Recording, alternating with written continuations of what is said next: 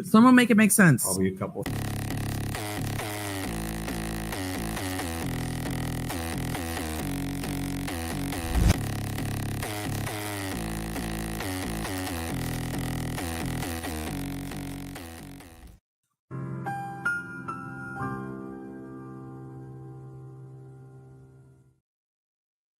Hello, hello. Welcome, everybody. Welcome, Kane. First in the chat today. Love it. Kane's ready to go. Fired up. That's what we like to see. All righty. We're back with our next slew, as it were, of Idaho v. Kohberger documents. So we're going to start out strong here with the defense's reply to the state's objection to Motion In Limine number 5, Inconclusive Data. And welcome, Truth and Justice, True Crime with Anna. Welcome, welcome. Good morning to you as well, Cassidy. Hope you guys are doing well. I am doing awesome. And hope you all are as well. Welcome, Gee Whiz. Happy to see you again. Another new scroll friend in the chat. Joining us from Virginia, I do believe. So, neighbor. State neighbor. We do have some new commands, by the way. Y'all can all do this. Show you guys. You can put in your location and see the weather, and it can be, you can do zip code or city and state or what have you, and pull up the weather that way. And just because it's funny, we do also have this one where Nightbot randomly generates a quote, DJ Khaled's success tips or keys to success, something like that. So let's see what we have today. DJ Khaled once said, the key is not to drive your jet ski in the dark. Accurate. I would agree with that. Yes. Don't do that, people. Well said. Words to live by, right? Make sure you got some light. Happy Annie's lurking at work. Welcome, welcome. We love our squirrel friends who are lurking and working. Ooh, that rhymes. That's nice. Love that. Kind of cloudy here, but you know, at least it's not raining yet. Hopefully it stays that way. I hate the rain. So, all right, let's get on into it here, people. Okay, they hereby respectfully reply to the state's, I'll zoom in a little bit more. Respectfully reply to the state's objection to Mr. Kohberger's motion to limit, they put that in bold and italics, the admission of the inconclusive data obtained from Q13.1, that's the fingernail clippings, not completely excluded. So they're making the point here that the tone here, right? When you see this, the tone is that what they're saying is like the state put words in their mouth that they're trying to say it should be excluded. And they're saying, no, not excluded, limited. There's a difference, state. That's the tone here. Mr. Kohberger filed his objection to this evidence based on the questions and answers elicited by the state during the testimony of Jade Miller in relationship to the Q13.1 DNA tests results.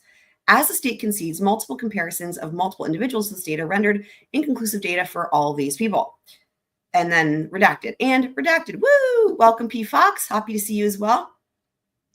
The important language from that statement is one way or the other. So I guess we get a snippet here of the redacted statement, right? One way or the other, whether someone is a contributor, such as with the motion in limine number 6, to try to take this opinion further, the state wants, would be speculative and improper testimony by an expert. And as with the opinion regarding the how and when of the presence of DNA on Q1.1, knife sheath, right? Testimony beyond what is stated in the report would be replacing the scientifically supported opinion of Miller, written in her report and reviewed by her colleagues. Good morning, Carla. And consistent with her lab protocols into the realm of speculative, misleading, and confusing opinion. Well, we cannot have that, right? Looks like it's thunderstorming where Carla's at. If you want us all to see the weather, you can follow the examples there in the chat. The state's own papers show sorry, hold on. Let me just do this correctly. Those are some storm emojis. So while we're at it, we did recently cover the most recent Lori Vallow docs, where she filed a motion to dismiss for prosecutorial misconduct and asked for, among other things, sanctions and that the lead prosecutor lose her bar license. It was hilarious. But here's Lori's emoji. Speaking of storm, grabbed him by the storm, felt the thunder, saw the lightning flash through the portal. Here's the weather for P. Fox here, joining us from Illinois. We got 43 degrees, cloudy. Yikes. At least it's not. Again, I'm glad that where I'm at, it's not raining and it's not too cold, but it does look like there's a storm a brewing. It really does look like that. So we'll see. And by the way, for anyone who missed it, but great opportunity because Kane's here. Great opportunity. So in the two most recent live streams for Lori Vallow, as you can see the thumbnail and whatnot, we deep dove into this twin flames cult. Kane, let everybody who missed it know what they missed out on, because I am putting together a best of compilation. And it's the best of, which is tough because it's all gold, of the interview and footage from that series with this journalist, with the Twin Flames people, but also what you guys said in the chat. That was just, my face was still hurting the next day. My face was still hurting. And Kane and Heather were there for the vast majority of it, but we went for multiple rounds. It was that good. It was that good. So you got to put your location, otherwise Nightbot gets finicky. He doesn't know your location. It's a good thing. So you got to tell him your location. You can do your zip code or city and state or something like that. I didn't hear that, Kane. I don't know. I didn't hear that. I didn't quite hear that. So for anyone who missed it, you can either catch up by watching those live streams. I do have some of it time-stamped. At least the junk. What I do have time-stamped is where that whole thing starts. It's called Twin Flames Universe Call or something like that. But also we're going to have that best of compilation coming to you guys soon. It's going to be amazing.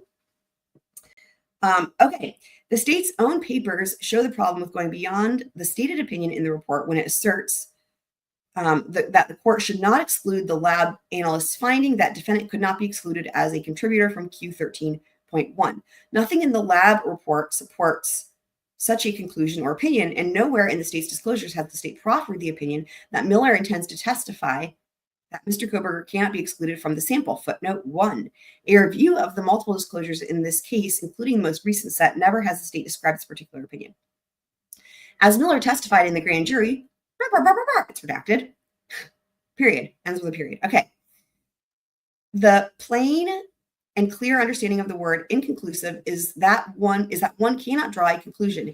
Here, the state apparently intends to proffer the undisclosed opinion that despite this testimony and the language of the report, that Miller has concluded that Mr. Kohberger cannot be excluded. The state has proffered no scientific basis for such an opinion. Keen reminding everybody to hit the like button. Thanks, people. By the way, I'm actually getting closer and closer to 2K. It's not something that I really keep track of. I just happened to notice it. So I'm actually getting close to what I'm a few people, I think, away from 1.89 or something, which is then 100 away from 2K. Again, not that I monitor that, but I just happened to notice it. So that's exciting. Maybe we'll do some sort of a party. I'm sure we will. Why am I saying maybe? We will definitely do some sort of a party when we get to 2K. Shout out to Franks. Happy to see you again, my friend. Okay.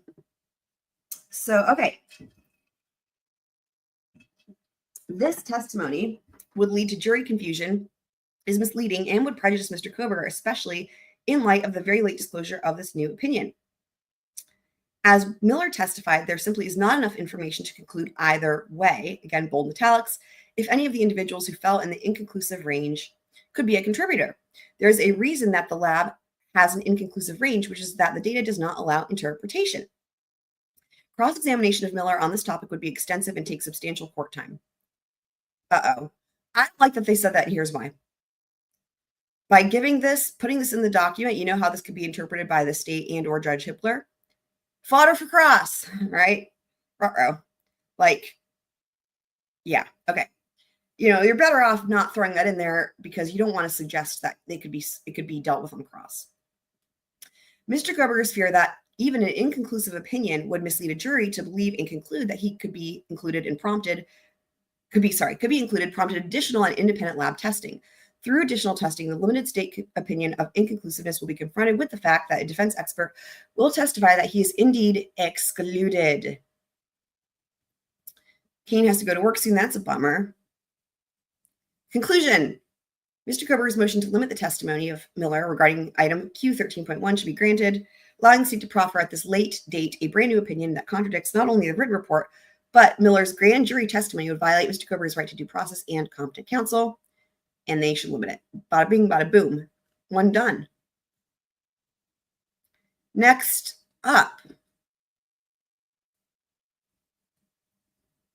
Wait. Can you guys guess? I'm gonna pull it away from here. Can you guys guess which one's next? This is just a fun game. No prize. Sorry. Whoever guesses correctly gets 1,000,000 scroll points. Who wants to guess what's next? The guess what's next game. 1,000,000 scroll points on the table. While you guys are getting your guesses in, we will let's all enjoy Wendy Adelson being a five-all. Being a five-all. My friend Elizabeth is a mortician. She's the prettiest mortician I've ever met. You guys, Andy's friend, the fucking mortician. What is happening? It's so good. Yes, we do hope Kane has a good day at work. I don't see anybody guessing yet. Y'all don't want 1,000,000 scroll points? What about 1,000,000,000? Let's up the ante. By the way, you guys can see here's the docket. So these all say new, but they're new from the last round on Friday. Nothing new to us. We covered the ones that there's 3 that actually have stuff in them that, and one of them we're going to cover today. We already covered, as you guys, I'm sure, saw the AT&T related, but today we will also get to the demonstrative exhibit one. So, oh boy, now we have a reference to the tiny waterfall. God. I literally was just at the point where I was editing that in the best of compilation that I'm making. It is just so good. It's just so good. It's just so good. One person's drainage hole is another person's waterfall. Am I right? That's really what we got out of that. Okay. So I'll go ahead and give you all the answer then. So next up we have touch DNA, touch and/or contact DNA. All right. Another defense filing here. So this is their reply to the state's objection to Mr. Kohberger's motion to exclude specific opinions. All right, we've had a lot going back and forth with this, right? They're saying the term touch DNA the state's objection is that the use of the term touch DNA will not mislead the jury, that Nowlin's testimony on how the DNA was placed on Q1.1 knife sheath is proper expert testimony, and that despite Nowlin's opinion being the state's theory, that it is proper rebuttal to the testimony of the defense expert, Dr. Ruth Ballard. I'm going to point something out here. So the state is offering this as rebuttal testimony. So I think that the state intends to have Rylene Nowlin testify during their case in chief, and then also as a rebuttal expert. Now, what they're saying here is that the rebuttal testimony that she's intending to offer happens to also be the state's theory. So therefore, part of this, which I can foresee them probably saying here, is that therefore it's not actually proper rebuttal testimony, right? If it's also the state's theory. Now, what I don't like about that argument is because, well, then couldn't they just offer this testimony in their case in chief, right? Which is not what the defense wants. The defense wants her to not offer it at all. So we'll see what they say. Welcome, Miss Mandy Reacts. Happy you're back to join us, my friend. Welcome, welcome. And by the way, I know that Miss Mandy follows Karen Reed very, very closely, and that's an understatement. We will have another Karen Reed live stream probably tonight. I'm seeing some more documents already pop up, and so we can be on the lookout for that as well. All right. So first off, they're saying the use of the term touch DNA will mislead and confuse the jury. In Mr. Kohberger's motion in limine, he sets forth in detail the history of the use of the terms touch and contact DNA and the growing concern with the use of those words, so much that a recent report from NIST offered the recommendation that analysts should not offer opinions as to the how and when a particular DNA sample came to be on an object. The state's opposition argues that the only purpose of the use of the word touch in the context of DNA is to distinguish between samples that collected from known or visible stains such as blood, saliva, and semen, not semen, and DNA that may be deposited on an item by handling or wearing. Welcome, Needs and Z's. What this argument fails to consider, and Mr. Kohberger forcefully explains, force? How much force? Do we need Mr. Penetrometer? Do we need Mr. Penetrometer? Hard as a rock, freeze thaw effects on penetrometer resistance. You know, his head's as hard as a rock. Yeah. All right. Forcefully explains the use of the word touch in the context of DNA implies a fact that is not known, that the DNA was in fact deposited via touching the object. And I agree. The wording does tend to give that suggestion, right? The implication of the word is the issue, not the description of the type or sample or the means that DNA can transfer through the environment. Now, I think it's an important description, and here's why. Because the wording, it's true. The wording is subject to debate currently within the community, right? Even Rylene Nowlin said as much as well. And we've heard about this in other cases from other experts. So they're still trying to figure out what to call it, right? So they're saying it's not it's the implication of the word, but not actually what the findings are, right? Not the description or the type of sample or the means that DNA can transfer through the environment. So I think, again, where you're going to get further here, right? Like, and this is an example, is almost like when you have, it's kind of, I don't know that it's not a compromise, because it's not like they're compromising. What they're saying is like the state misunderstood their issue. It's like saying the state is saying they take issue with the word touch. They're like, no. It's the implication of the word, but not what the findings were, right? Can't we just call it something else, basically, is kind of reading between the lines. A close reading of Nowlin's, they left off the S. Now 3 disclosures, footnote 1. A new different disclosure from Nowlin was filed on March 14th, 2025. This disclosure was not touched in the motion in limine because Bryan Kohberger had yet to see it. Interesting, okay? Shows the inherent problem with the use of the word touch and the lack of any need to use that term. In her first disclosure, Nowlin describes the ways in which DNA can move in the environment using language such as direct, indirect transfer without use of the word touch, except to use to describe the action of a person actually touching an item and transferring DNA. And that's definitely true. But here's the thing. I think that it's the reason why it matters is because if the community can't even agree on what to call it, then that should show, and in my opinion does show, that the jury is likely to misunderstand it, right? And then that's why, the reason why the community has a problem with it is because they're like, well, touch can be misleading. That's literally what it is, right? Because it may not have, something might not have been touched, right? Even the transfer can be problematic because, as we saw in the other filings, you can have so many different types of transfer, but that I think is probably better than the word touch. And there's other ways that it could be described. But I agree. And again, the reason they're saying that is because when a jury hears a touch DNA, it sounds like something was touched by a person, right? So yeah, so I think that there's an overlap there. So in the March 3rd, 2025 disclosure, Nowlin for the first time uses the term touch DNA. So what they're saying is that her earlier disclosures didn't have this, but her later disclosures do. Uses the term touch DNA as a descriptor and not a verb. Okay. If the court simply removed the word touch from the disclosure, the description of the concepts laid out would not suffer and would be as clear as the earlier similar description. Nowlin seems to switch between using the word touch in reference to describing a type of DNA, indicating that it's not necessary to offer a cogent description of the process of transfer laid out in her disclosures. Exactly. Yep. Jury will interpret in the normal way. Of course they will. Yeah, anybody would, and right? Anybody would. And even if it's explained, they're going to hear touch DNA, and then, the toothpaste out of the tube in a way, so to speak there, right? Especially because that's going to be easier for them to categorize it in their mind. Oh, the touch DNA. And every time they think of that category, it's going to reinforce it's touch DNA, right? So I think having a different way to call it is a great idea. Thank you, Kane. Kane, strongly urging people to hit the like. Thank you, Kane. Thank you. Okay, the state cites to a single case for the proposition that experts in other cases have used the phrase touch DNA. This case is from 2016 and discussing the availability of technology to test touch DNA in the time frame from 2007 to 2012.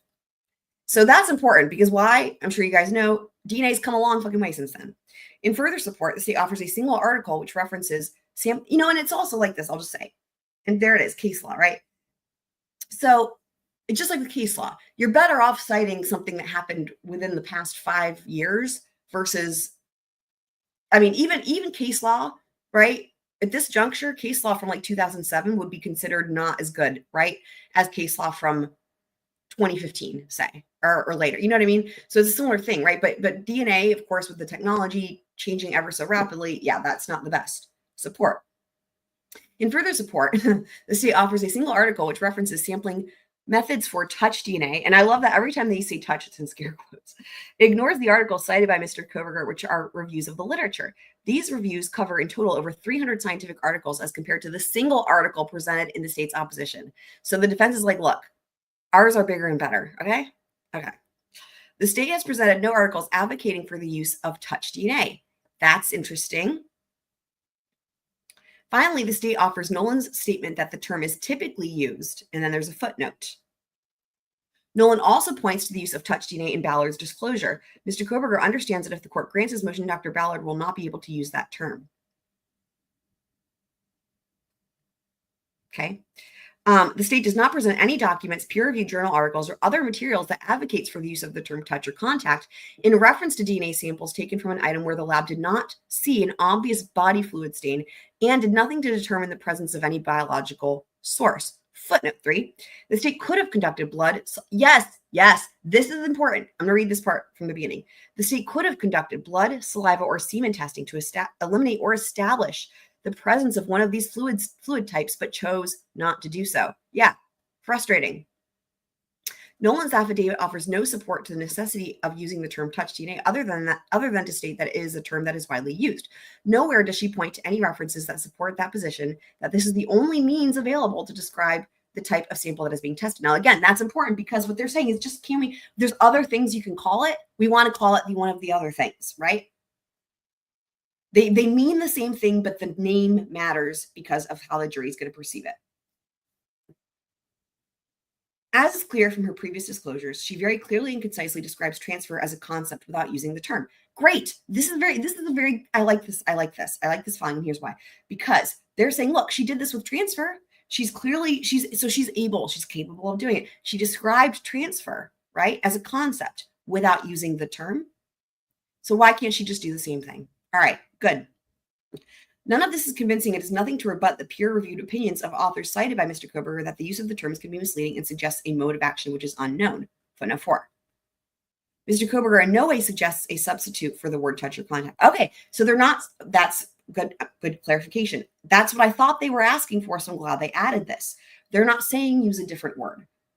Let's see what else they're asking for here. Nowlin's disclosure clearly shows that a description of the concept of transfer does not require the use of the word touch or contact for the explanation and testimony to be clear and cogent. Okay, let me clarify. So now what we're getting here, they're not asking for a different word. They're asking for no word, but instead just the process. Now, I do think where I struggle with that is I feel like a word makes it a lot easier to categorize things, right? And I feel like it's going to be tough for this testimony to come out without some sort of word that would label it, just so that you can differentiate it from the other types of DNA, right? So, and again, the jury's going to want something so that they can understand it and put it into categories, right? So, I don't know. I kind of liked it better when I would like it better if they did want a different word. But I think that the reason maybe they're not asking for that is because, again, this is kind of where the compromise comes in. I think what the defense is saying is that Rylene Nowlin, when she described transfer, right, the process, she didn't use the word transfer. She just described the process. And so because she didn't give it a different word, she just left a word out and just described the process. I think that's why they're like, it's a good argument, right? Like, look, this is what your expert's doing. We're just wanting the same thing for this.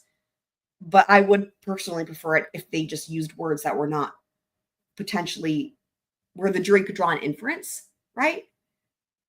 Good morning, Amanda. Welcome, welcome. I do believe you are a new squirrel friend, so welcome to anyone who is new as well. I'm happy to have you here as part of the Squirrel Crew. Squirrel Crew is the best. So, all right. So that was footnote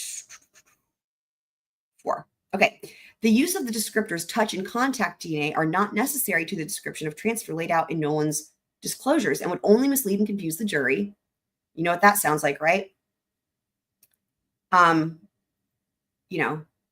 403, rule 403, right?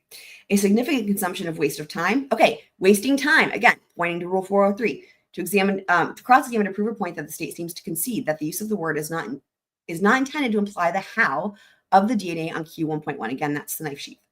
All right. B, the opinion of how the transfer of DNA to Q1.1 is not proper expert testimony. Correct. It's not.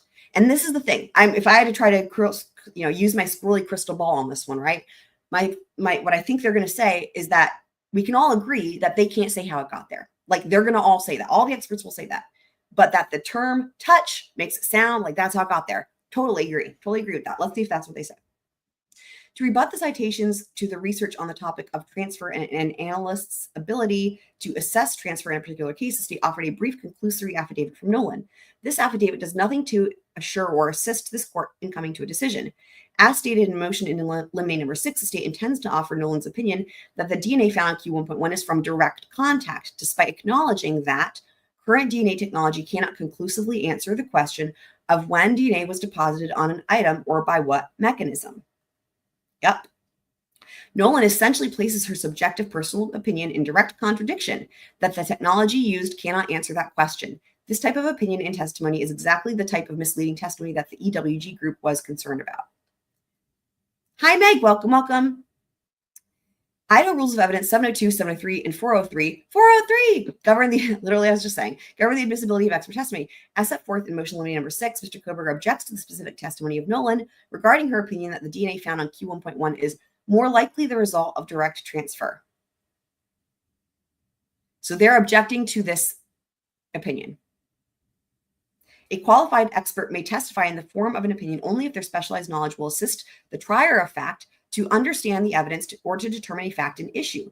Because a verdict cannot rest on speculation or conjecture, expert opinion, which is speculative, conclusory, or unsubstantiated by facts in the record, is of no assistance to the jury in rendering its verdict, and therefore is inadmissible under Rule 702.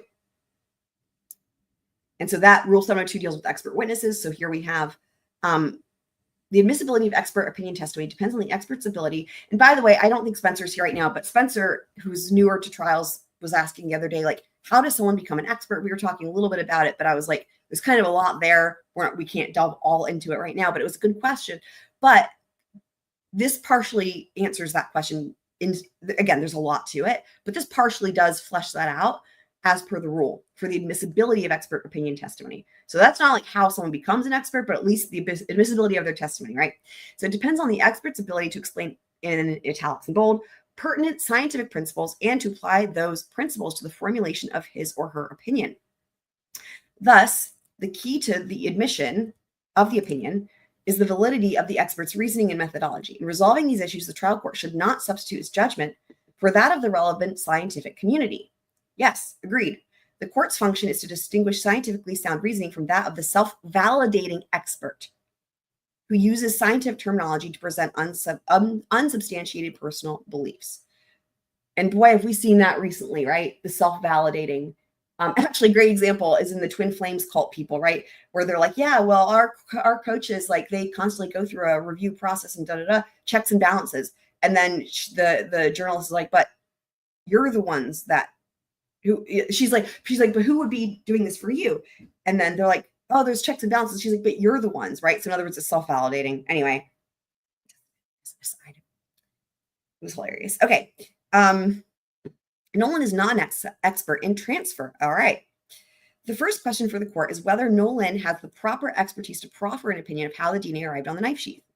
As set forth in Mr. Kohberger's Motion In Limine, the expertise for how and when opinions require a different type of expertise that exceeds that of the standard training and expertise of a DNA lab analyst. Nowhere in its reply does the state address the question of Nowlin's expertise in this area, nor does Nowlin in her affidavit. Not mentioned by Nowlin in her affidavit is the recommendation of EWG. Now, that's the group that they cite. Actually, there's a footnote. Here we go. Let's just read the footnote. This recommendation was objected to by 2 of the 25 members of the EWG. Not because training on the subject is not important or necessary. Let me zoom in here. It's teeny tiny. That's what she said.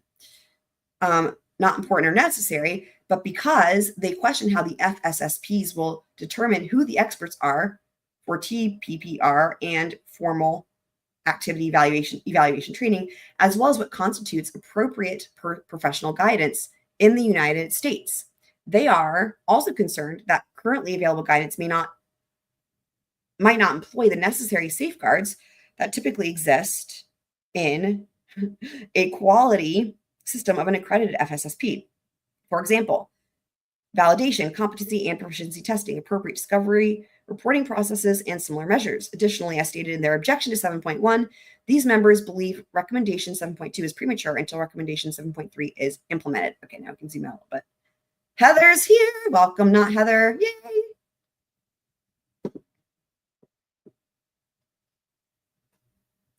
Hello. Okay.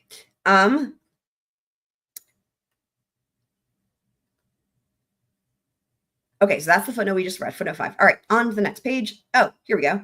Look at this. Recommendation 7.2. It has a brain, so this must mean it's good. The evaluation of DNA results given how and when questions is distinct from the evaluation of DNA results given who questions. In order to develop policies and practices on how DNA analysts should respond appropriately to questions about how and when DNA was deposited in a particular case, forensic science providers should consult professional guidance, documents, and experts who understand issues related to transfer and persistence. These policies and practices should require DNA analysts to be appropriately trained to respond to such questions. So that's taken from this. A close review of Nolan's experience shows that she has no specialized training or experiences in the area of transfer. So now they're getting to her expert opinion here, right? Because what do we always hear about? Background, training, and experience. So she has the background. Well, they're not saying she doesn't. Let's just put it that way. But no training, specialized training or experience, right?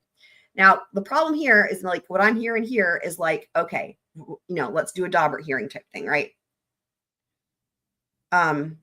Or that they could voir dire, during trial. Either way. Her CV is attached. It lists no substantive training in the area of transfer. It appears that she may have attended some presentations at the American Academy of Forensic Science meeting in February of 2025, but she provides no details regarding the presentation she attended, despite the fact that the materials are available online. Footnote 6. Oh, let's open that one up. We're going to open that up if it'll let me. Okay. None of her presentations or publications involve transfer, and she has pointed to no research or experience she has in the area of transfer to substantiate her ability to offer an opinion on the how and when of the DNA in this case. While Nolan may be qualified to testify about DNA testing, she is not competent or qualified to offer an opinion regarding specific evidence in this case. The opinion of Nolan I guess they meant to say like in caps, read with colon, like regarding the direct transfer is speculative and not founded in sufficient facts. The Idaho courts have long held that speculative expert testimony is admissible. And I'm not going to read all these because obviously. In determining whether expert testimony is admissible, the court must evaluate the expert's ability to explain pertinent scientific principles and to apply those principles to the formulation of his or her opinion. Again, mentioning, they're referencing here the self-validating expert, not good enough. What the hell? Twiz clone? How many Twizzes do we have? This is crazy. Why do I think this is Kane instead? Welcome, Christy Nevada. And I don't know that you've been here before, so welcome, welcome. Here, Nolan presents an opinion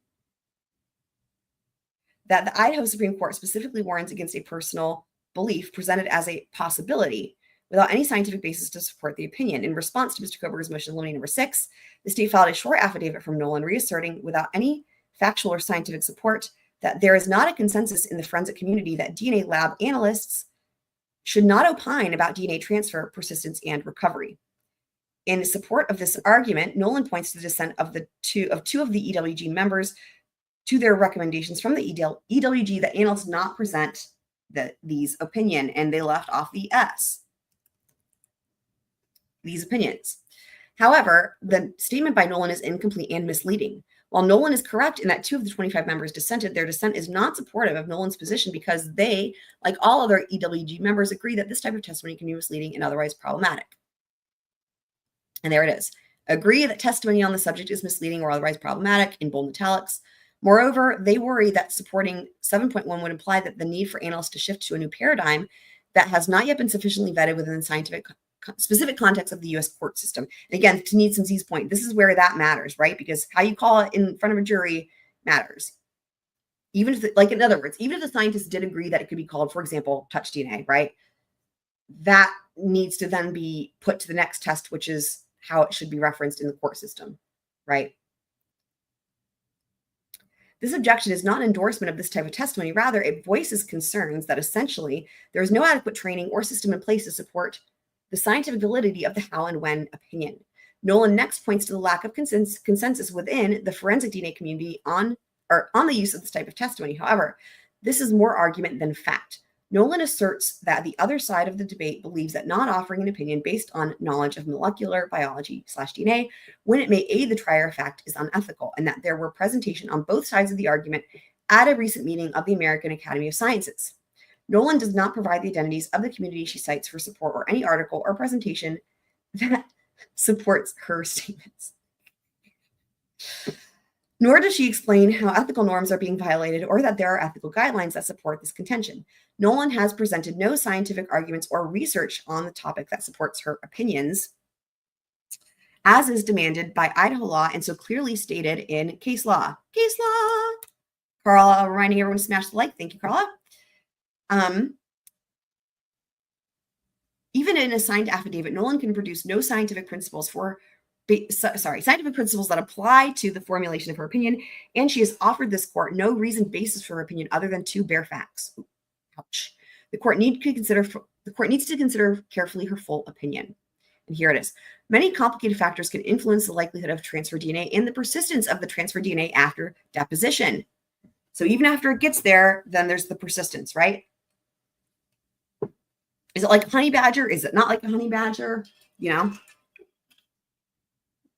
Current DNA technology cannot conclusively answer the question of when DNA was deposited on an item or by what mechanism. For example, direct or indirect transfer. It is possible the DNA detected on this item, 1.1, okay, that's the knife sheath, resulted from secondary transfer. However, based on Nowlin's training and experience, it is her opinion, given the quality of DNA detected on the knife sheath and given the DNA profile obtained, is single source is more likely the result of a direct transfer, more likely. First, Nowlin explains that there are many complicated factors affecting the transfer of DNA. States that the current technology cannot conclusively answer the question of how and when transfer. Explains that the DNA on item Q.1.1 knife sheath could possibly, in scare quotes, be due to indirect transfer, but that her own personal training experience lead her to the conclusion that DNA is more likely due to direct transfer. Right. They're just restating what literally you just said. Nowlin essentially offers the court and ultimately the jury a confusing opinion that the science does not allow for conclusive determination of how and when of transfer, and that both scenarios, direct and indirect transfer, are possible. But she believes, you know what this sounds like to me? Is that, this is what I would expect to hear from the state and the court as to this particular issue. This sounds like fodder for cross. That's what this sounds like to me. But she believes that the direct transfer is more likely. This opinion could not be more speculative. I will just say that we hear this type of opinion a lot from experts. So I don't know if it's going to count as speculative in terms of the law. An opinion that is speculative suggests only possibilities and may be properly excluded since the opinion would not assist the trier of fact. What they're saying, so let me just make a distinction here. Here, even what the defense is citing for case law, right, for a speculative expert opinion, here, this case law is saying it's speculative because it's not going to assist the trier of fact. And the reason why I don't think this is going to be helpful here is because I do believe that this will assist the trier of fact. And I don't think it counts as speculative. That's what I would expect them to say. This opinion would not be helpful to a jury and would tend to confuse and mislead the jury. Nowlin only offers possibilities based on no substantive scientific principles and which flies in the face of science that Nowlin herself agrees with this type of opinion cannot be conclusively determined. Mr. Kohberger would be prejudiced by the speculative opinion, and substantial court time would be consumed on, again, they're again conceding, fodder for cross, but it would take a lot of time, right? And impeachment of this witness and this opinion therefore should be excluded. So let me scroll up.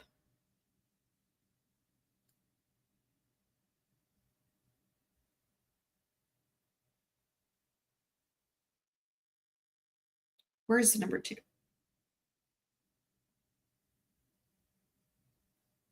So they've got a number of different things here. One, the first thing that they're talking about, right, is the term touch DNA, right?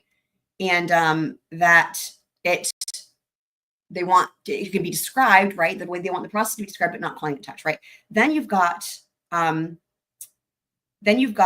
their first point here being that where'd it go? She's not an expert in transfer. And they're laying that out because then their next argument is going to be about transfer DNA, right? And that's why it's touch and transfer. So first touch, then she's not an expert in transfer, and then the opinion about transfer being speculative. So there's different issues here. So the reason I'm pointing this out is because they maybe could have separated this out into different motions because they're different. In my mind, it's very different, right? Like the touch, I think in and of itself is a whole thing. And then the transfer is a different thing, but they're putting this in the same filing. So the best case scenario, I think, for the defense here would be for this to be granted in part and denied in part. I think that in terms of touch, I think that should be granted, but I don't know that it's going to get very far with the transfer because I think it's going to come down to fodder for cross, in my opinion. We'll see what happens. Okay, conclusion. Mr. Kohberger's motion to exclude the use of the words touch and contact DNA, as well as the opinion of Ms. Nowlin regarding the how and when, should be excluded. But she's not going to say how or when. Anyway, okay. So next up,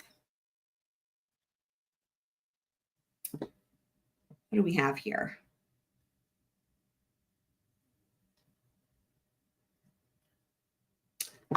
Okay. All right. So we have a couple of these. We have two. We're going to have two back-to-back filings on this, the demonstrative exhibits, aka the dollhouse. All right. Okay. So first we have the state's reply to defendant's objection to the state's motion in limine. Okay. Dollhouse, right? At the outset, it is necessary for the state to clarify the history between the parties on the issue of a 3D model. It is true that the state's initial plan was to ask for a to-scale 3D model, oh boy, of the 1122 King Road residence. As part of that, and at least partially in response to Ms. Taylor's October 2023 request for additional information, the state initiated inquiries for underlying supportive data for its own review and to share with the defense. Eventually, the state realized that there was not any need for a to-scale model and ultimately settled on proposing a not. Why? Just tell me why. Why? If you can make it to scale, why wouldn't you make it to scale? That's ridiculous. I'm sorry, but that's just sad. Sad, ridiculous. What? Like what? You were going to make it to scale and then you just decided there was no need, so let's not make it to scale. Why? Why? Tell me why, state. Oh my God. While the emails the defendant attached to his objection make reference to a scale 3D model, the defendant neglected to include the balance of the email thread, which includes emails between Ms. Taylor and Ms. Jennings on February 4th, 2025, and the emails between the undersigned and Ms. Taylor from February 28th and March 4th, where the state advised the defendant that the state had finally received supplemental information regarding the 3D model attached to the email, and that the state was electing to use a 3D model as a demonstrative exhibit for any witness who might talk about the residence, not an actual scale model. They've attached the emails. Ms. Taylor's response to the state's inquiry regarding any concerns that the defendant had about a demonstrative exhibit, not to scale, is merely that she continues with the same objections as we discussed, and as I expressed in email exchanges with Ms. Jennings. The defendant's same objections are reflected in Ms. Taylor's February 4th, 2025 email specifically. The issue I have is in the building of a to-scale model. Oh. Well, we're going to keep reading, but what I will say is this, is that if Ann Taylor said she had an issue with building a to-scale model, then the state made the potentially, right? They've got a stronger argument here saying, well, you had an issue with a to-scale model, so we made it not to scale. But we'll keep reading because we'll see what the issues were, right? I would imagine that whatever the issues are that apply to a to-scale model, they probably also apply to a not to scale model, but then you've got additional issues if it's not to scale, I would think. Let's just see. Totally, yes. They should want to be as accurate. Yep. Totally agree. Totally agree. Gee whiz. Thank you for that. The defendant now argues the same objections to a not to scale model without recognizing the difference in the standards for demonstrative exhibit or demonstrative evidence. And what actually I said exhibit, right? We talked about this last time this came up because this matters, right? If it was just a demonstrative exhibit, it would not go back to the jury, but demonstrative evidence, this is actually, okay. I don't know if they're going to get into it here, but basically this would imply they're going to want it to go back with the jury, which that will be a whole thing. It's one thing to use it as a demonstrative aid or a demonstrative exhibit, right? For the use during trial. That's one thing. That's what it sounded like they were already fighting over, understandably so. But to see, now I'm worried they're going to try to have it go back with the jury. That's not going to happen, I don't think. I don't see how that's going to happen. But they might try. Okay, demonstrative or illustrative exhibits are, and here they say exhibit. See what I mean? Look at this. That there's a difference, dude.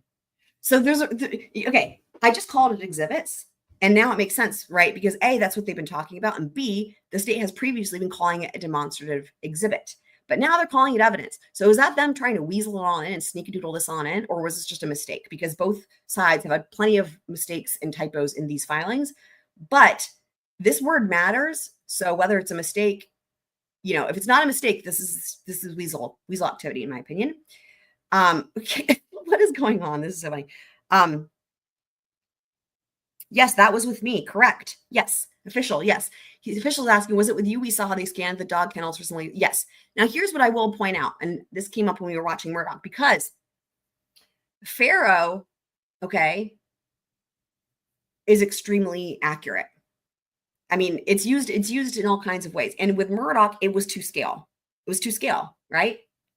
So it showed us, it even went back and forth between the FARO version and then the actual crime scene photo. And there you could see it, right? But it was to scale. So in other words, the problem isn't with the technology. And we're going to see what else comes up from the defense here. That'll be our next filing that we read. But I don't think they're going to have an issue with the technology. I think that the issues are really more with, like, for example, they removed all the furniture before they scanned it, type of thing, right? Or shit was ripped up. Things were taken apart before they scanned it. Or it was scanned. And we know that in this case, they don't intend to have the furniture in place. But let's just use an example. Let's just say that something was scanned. It doesn't have to be this case. It could be any case, right? Let's just say that something was scanned with everything in place.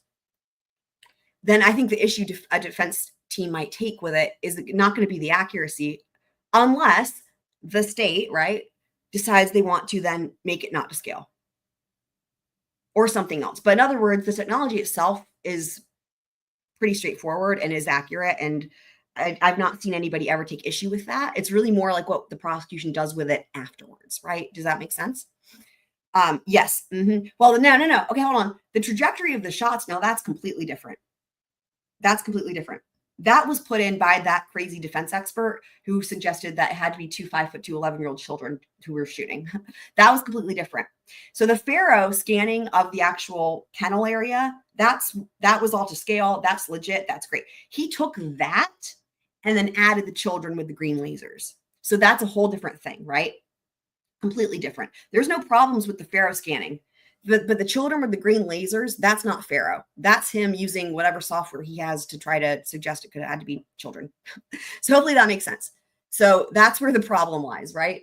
He was wanting to his thing there was he was taking those the two gray boys, as they're called by Alan Wilson, and depositing them into the crime scene. So in order to do that, he needed an accurate crime scene. So crime scene was fine, but the children is where the problem is.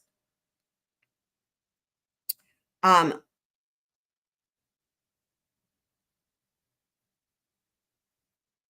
and the thing is this, they should have just left the fucking house. I don't think anyone can disagree with that. I don't know why nobody stopped it, because they had one last opportunity. Could have been the state, could have been the defense. I won't even get started on that, because I think that's just doesn't make any sense. And a lot of this wouldn't even be a problem, right? If the house was there. So the solution would have been to keep the house, in my opinion. Okay. Okay. So where we left off was me getting like, hold on, why are they saying evidence? All right. As the state outlined in its motion in limine dated February 21st, 2025, demonstrative or illustrative exhibits, completely different than evidence, are properly admissible when the exhibit supplements the testimony. Right. So as you can see, this is why it matters, right? They use the exhibit to supplement the testimony, but if it's an exhibit, it's not intended necessarily to go back with the jury. That's a second whole step, right? So if it goes back to the jury, it's going back as evidence. So the testimony of witnesses or assist the jury in obtaining a better understanding of the facts and issues. Demonstrative exhibits do not have to be precisely accurate.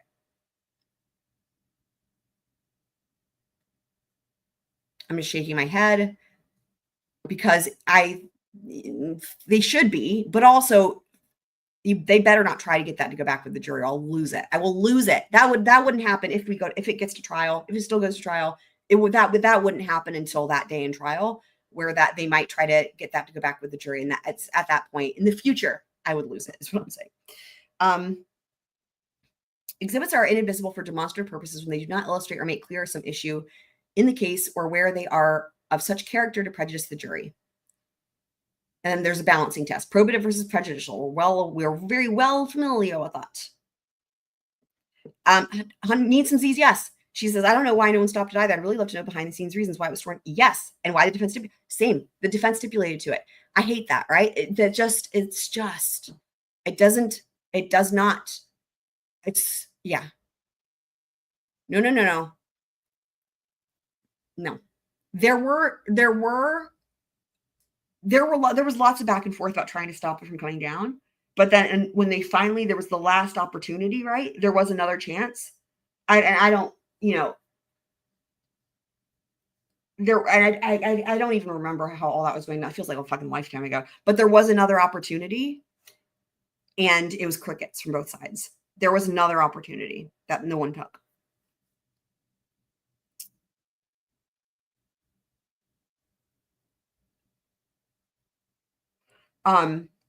So a diagram offered for illustrative purposes need only be relevant to illustrate witness testimony. Right. So don't try to get this to go back with the jury, state. Talking to you, state.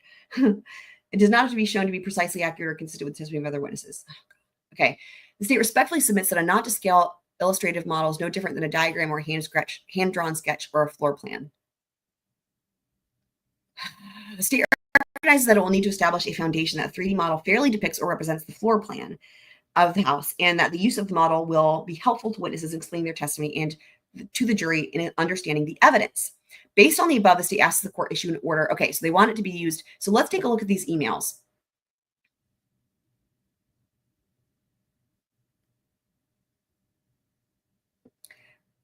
Right, but Kane, that's like ancient history as far as the house is concerned. Yes, it was extended multiple times. So it's true that did happen, but it was for an extension, right? And I mean, because it wasn't for, I don't remember the exact timeline, like what, a year, maybe more, when the house was torn down. It was that, so that's true, and it wasn't destroyed, and it wasn't destroyed until like a year later or something like that. So he's way back. Okay, right. Right. Official saying the only reason that the defense allowed it is because if he's innocent. Right. Yes. Oh, are you talking about, maybe Kane is talking about before they like removed furniture or took down walls or whatever, but I'm talking about the entire destruction of the house.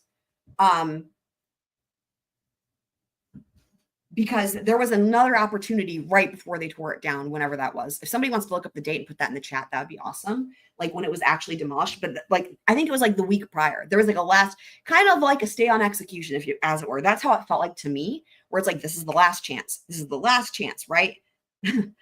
Before it's too late and we can't do anything anymore, right? That's why I guess in my mind, I'm like comparing it to that. Like, because we see that sometimes with death penalty cases where you're literally about to be executed and then there's like something, that one last chance, and then it's this postponed a week or whatever. That's kind of what it makes me think of, is it's like, speak now or forever hold your peace, right? There was that, and neither side did anything. I'm talking about, though, the house being flattened, gone. Okay, so now let's take a look at these emails. Demolished. Okay, so this is from March 4th, 2025. So this is from NTLR to Bill Thompson and Ashley Jennings. Hi, Bill. I have had an opportunity to review your email and the file attached. I continue with the same objections as we discussed and I expressed in email exchanges with Ashley. The additional discovery and proposed use do not alleviate my concerns. I did see your motion eliminating plan to respond. Thanks. And then they respond, okay, wait, hold on. This is prior to that. These are in order of more recent to previous. Okay, so hold on. So from Bill to Ann Taylor. This is the email that Anne was responding to. Hi, Anne. This week we received some supplemental information from the FBI regarding 3D model, and it is being added to Discovery, courtesy copy attached. As Ashley and I visited with you last, hold on. You know how sometimes when you get an email, right, and then they go in reverse chronological order where the newest, I guess for me, usually the newest is at the bottom, but I guess if you forward it, it's the other way around. I'm just going to look at the dates here because if I want to read them in chronological order, not reverse chronological order. So let me just see here if we need to start from the bottom.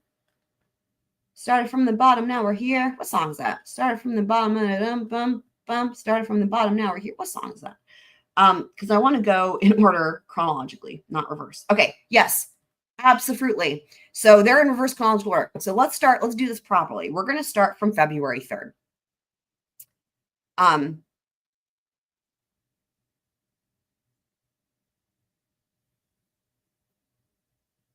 And I totally get it. So I just want to make a distinction. The gutted and the demolition are different. And I totally recall them trying to have it not be gutted, and it was gutted anyway, right? So that's terrible. But that's not what they're talking about here. This is, or that's not what we're talking about. We're talking about leaving the house up instead of demolishing it. Like, even if it's gutted, right? It's like, that was too late. It's what that happened, right? That happened already, and it should have been stopped. It wasn't, but you can't go back in time. But what you can do is not make it worse by demolishing the house entirely, in my opinion, right? Like, so leaving the house, even if it's gutted, is a different thing. So you're saying it didn't matter at that point? Well, but even after it was gutted, though, the defense did make more moves to not have it demolished. That went on for a long time.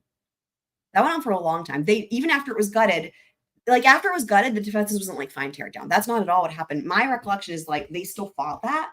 So, you know.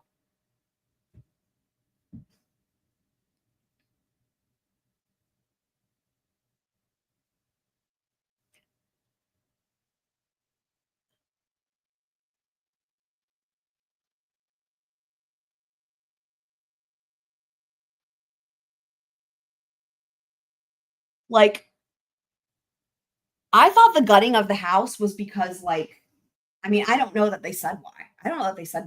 But I guess I kind of thought it was in preparation for demolishing it. That was my understanding at the time. I'm not saying, I don't know that we know. I don't know what they said. But my thought was, because it seemed like they gutted it and then they were going to demolish it. And that was like the first step or something. I don't know. But then the demolishing was stayed, as it were. Right. Kane's, yeah, echoing what I'm saying, that we don't know. We don't know. They did, yeah.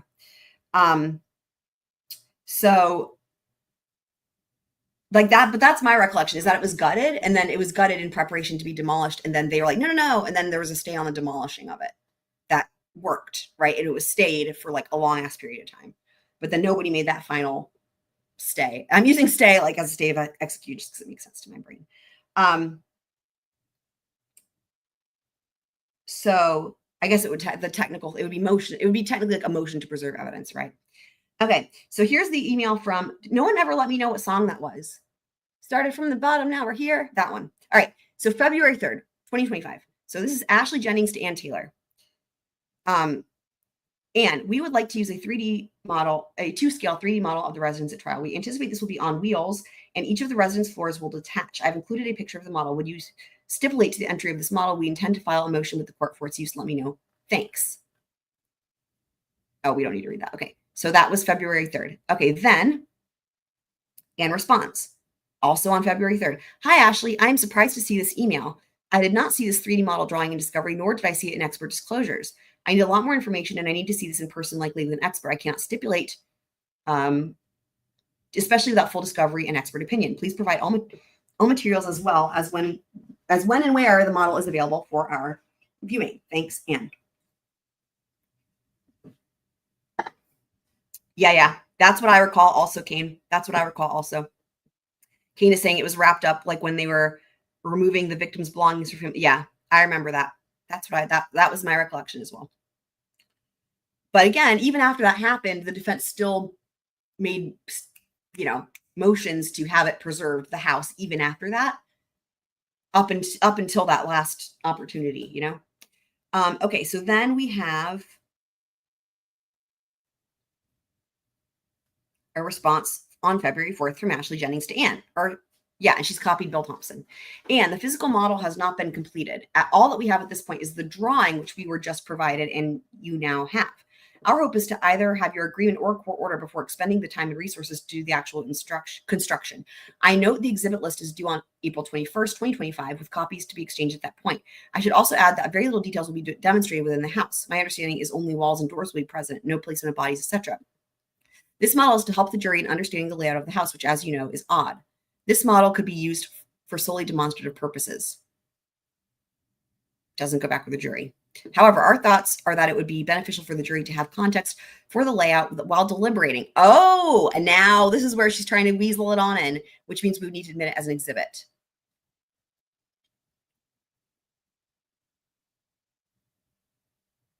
Oh my God.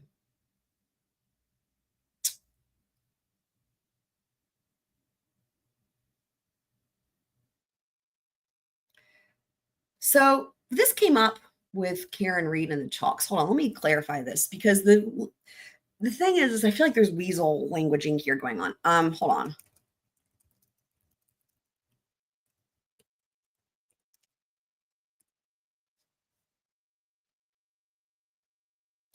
on.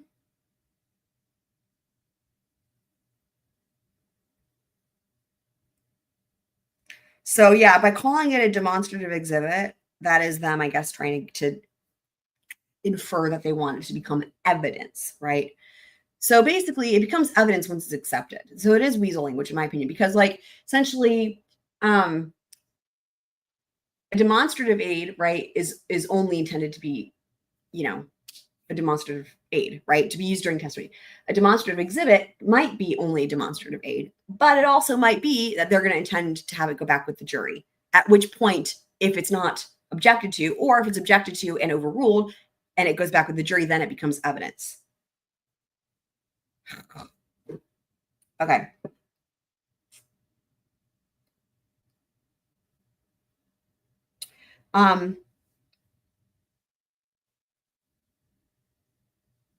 So admit it as an exhibit. I was hopeful that we could proactively take care of some of the more routine and equally beneficial items, such as this, when they come up, or as they come up. Okay, so then now we have Anne's reply, and this is on also February 4th. Wow, they're getting back. They're real quick to respond to each other with the emails, which is good.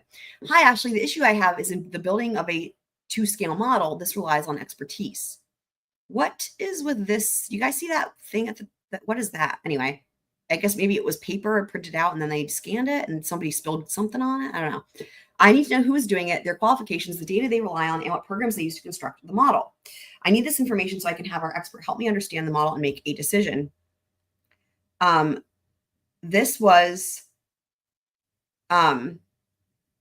something we requested back in the fall/winter of 2023 when we learned this. I don't think we have the reports, photographs, or measurements taken to support the construction of the dollhouse. I don't know who is constructing it or their qualifications. I appreciate you explaining why you want to use it, and I also want us to resolve as many issues between ourselves as we reasonably can. Will you provide us with the background information so I can work with our expert to understand how this model is being constructed? I cannot stipulate to something I do not yet understand.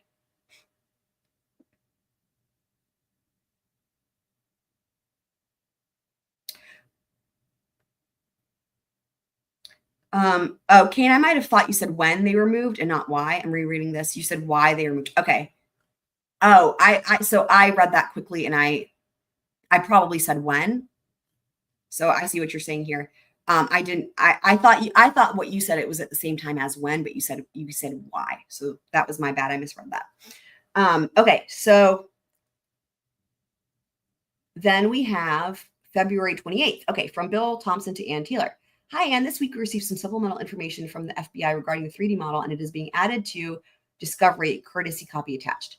As Ashley and I visited with you last week, we only want to use this as a demonstrative exhibit for any witness who might want to talk about the residence, not an actual scale model. You seemed reluctant, so we're wondering what your concerns are and how we might try to address them. Thanks, Bill.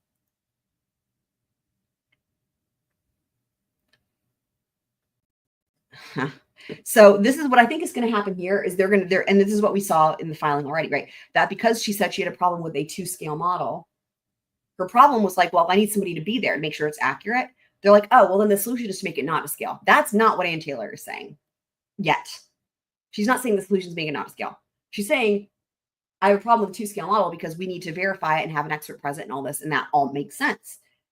Dude, I'm going to lose my mind if that's what they're trying to do, though, and be like, oh, well, you said you didn't want to scale. That is not what she said that, but there's more context, and that is not her prop. Dude, she never said make it not to scale. Okay. Don't get worked up in case it's not that. That's me talking to myself. Let me keep reading here. Okay. Then we have Anne responding. Hi, Bill. I've had an opportunity to review your email and the file attached. I continue with the same objections as we discussed and as I expressed in email exchanges with Ashley. The additional discovery and proposed use do not alleviate my concerns. I did see your motion in limine and plan to respond. That was on March 4th. Then we get to, and that's at the top. Started from the bottom, now we're here. Okay. Okay, now we have the defense filing. So this is the notice of filing deck. So this came in with those other docs on Friday. Notice of filing declaration in support of defendant's objection to the state's motion in limine for the demonstrative exhibits.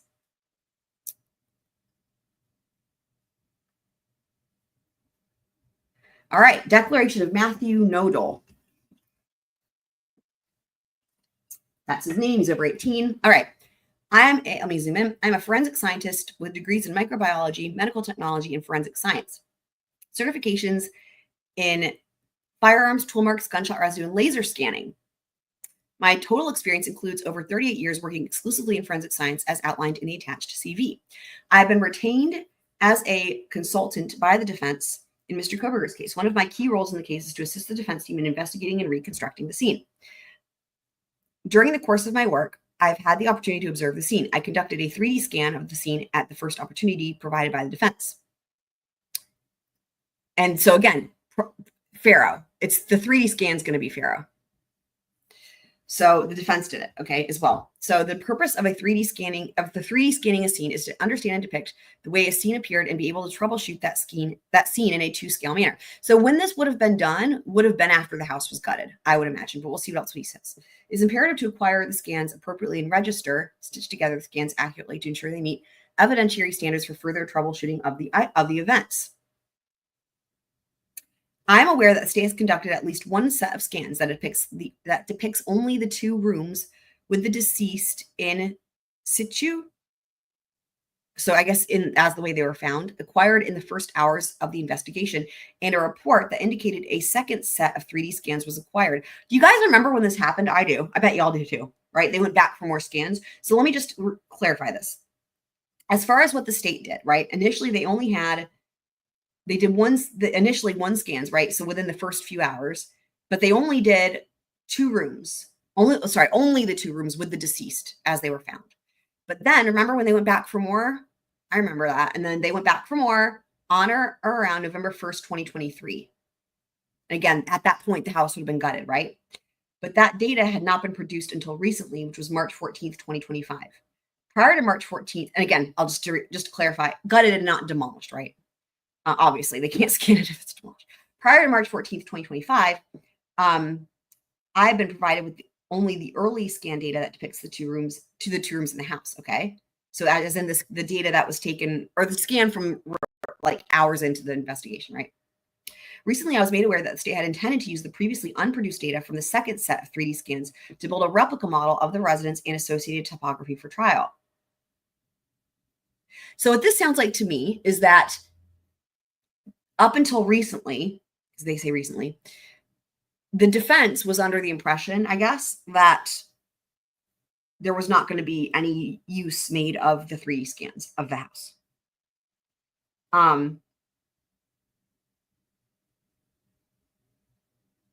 For the purpose of building replica, right? Like, because they didn't hear anything about it. Because the defense knew that they went back and did more scans, the state, right? They already had a defense dude do scans, but like, they're not going to have their defense dude build a thing or whatever, do anything with those scans if it's not necessary, right? So, okay, the second set of 3D scans to build a replica model of the residence and associated topography. And again, that would have been after the house was gutted. I've only recently been provided with scan data and have not seen the final product, model, or other data the builders of the model intend to rely upon. I have not been provided with the details as to how the data from the 3D scans will be incorporated into a demonstrative model or how the model may be used in presentation to the jury. I have concerns about any replica utilized for trial that has not been verified as to scale. And this is exactly what I was saying. I was like, dude, the state's going to take the emails and they're going to pick out the part where she says, I have a problem with it to scale, but then leave out the part. I mean, they left it out in their argument, but they included the emails. But obviously, where she's like, we need it to be verified. We need to, all that is fair. And so I think that my weasel alarm was accurate at that with the state. Try to be like, oh, well, that means it doesn't have to be scaled. Great. No, dude. Oh, there's going to be fighting about this. Big time fighting about this, guys. Holy shit. Prepare for war. Oh, dear. It's not been verified as to scale. So his concern is that it's not been verified as to scale. Oh, fuck. Given the unique layout of the house, any misrepresentation of where a wall is or where a door was located as or what the actual line of sight will be misleading and could cause a jury to place significance on something that is not accurate. Utilizing a replica that is not to scale will, I mean, and this just makes common sense, right? Like, it makes sense that Ian Taylor wanted it to be to scale. And now the state is like going to take this and run with it. Dude. Ugh.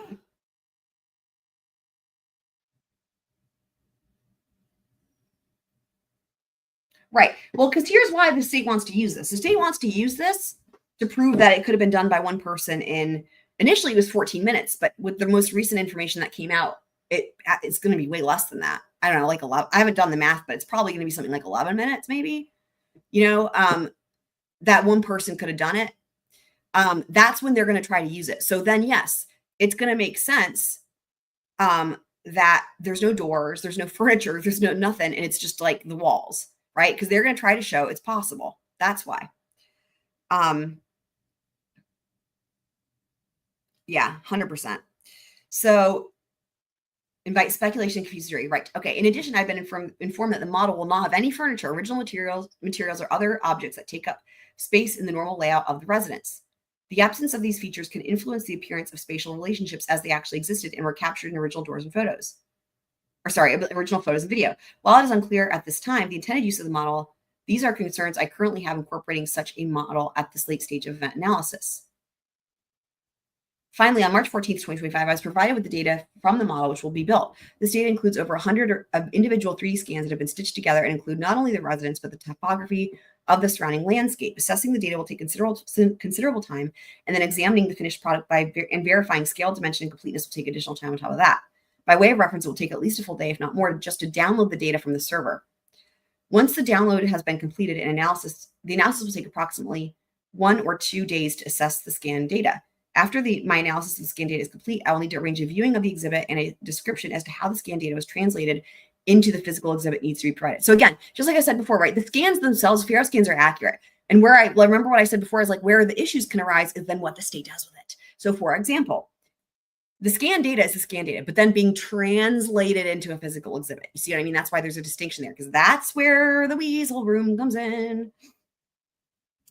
Traveling to examine the model, created and documenting what may be needed to further assess it are things that are not built into my schedule at this time. I will need to schedule this additional examination around other commitments previously made and find time to travel from the Seattle area to wherever the model is stored, and then approximately 1 day, and then assess and document the model on a second day with return travel later that day. The earliest available times for such turnaround, given my schedule, start around the week of April 7th, with hit and miss appointments and testimony scheduled within that time frame.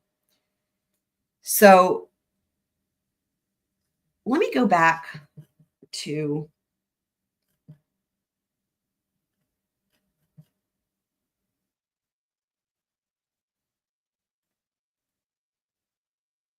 the initial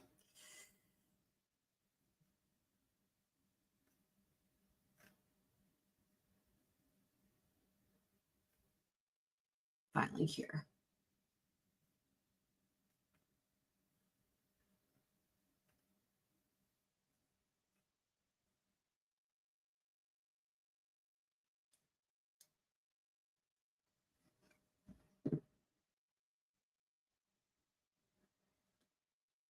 So this is the initial dollhouse filing. So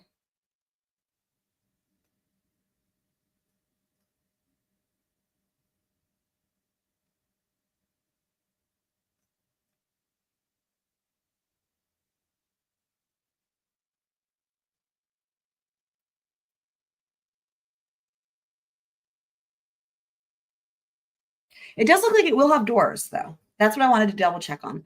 It does look like it's going to have doors.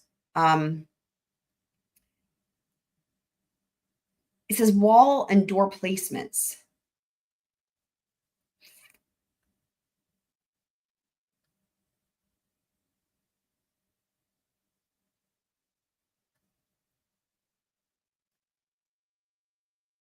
But now let me go to the defense response.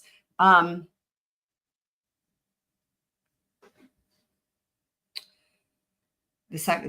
prior.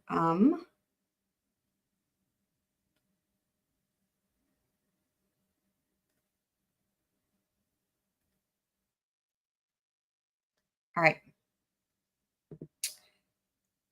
Durable.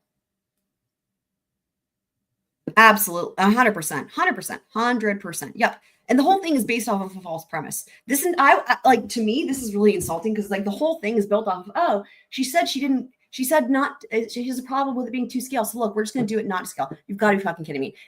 To me, I really hope Judge Hippler sees through that bullshit and lets them have it, because that's disgusting. Had they not been weaselly, and like when she sent that first email, that was February 3rd, right? Which we just read. Had they said, oh, okay, yeah, those are legitimate concerns that you want someone to come and take a look at it, right? And to make sure it's valid and to scale, right? Had they just acted on it then, this could have all been taken care of, and they could have had their expert come in instead of being last minute. And they could have all, like, in other words, it could have been possible for both sides to have been on the same page with it. But at the very least, it's like, that's what she was asking for. She was like, look, I can't just agree to it. Like, I need to have it verified. I need to have it vetted with an expert. And instead of saying, sure, yeah, that's great, let's have that happen. Instead of doing that, they're like, oh, okay, let's just make it not to scale. Like, that's disgusting. It's really just a lot. Like, even for this prosecution, that's a lot. Okay, so then here we go, not to scale. I just want to double check about the doors, because the thing that concerns me is the languaging there. They said wall and door placement. And I'm wondering, is it going to be like a wall would have been here or a door would have been here, or is it like they're actually there? That's what I'm wanting to just double check on.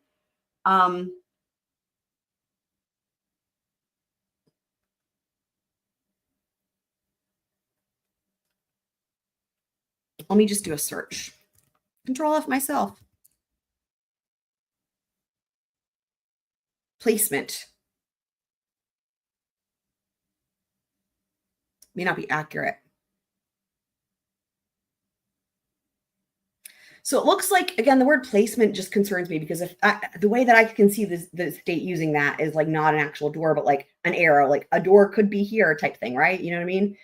But the defense seems to be taking it to mean actual doors, but that the doors may not be accurate, which, yeah, I would assume that if the state is including walls and doors, there's going to be problems, starting with it not being to scale, right? But again, they're going to try to make it seem like a person could have gone in here. Now, here's the thing, right? Whether all the doors were open or closed makes a huge difference, right?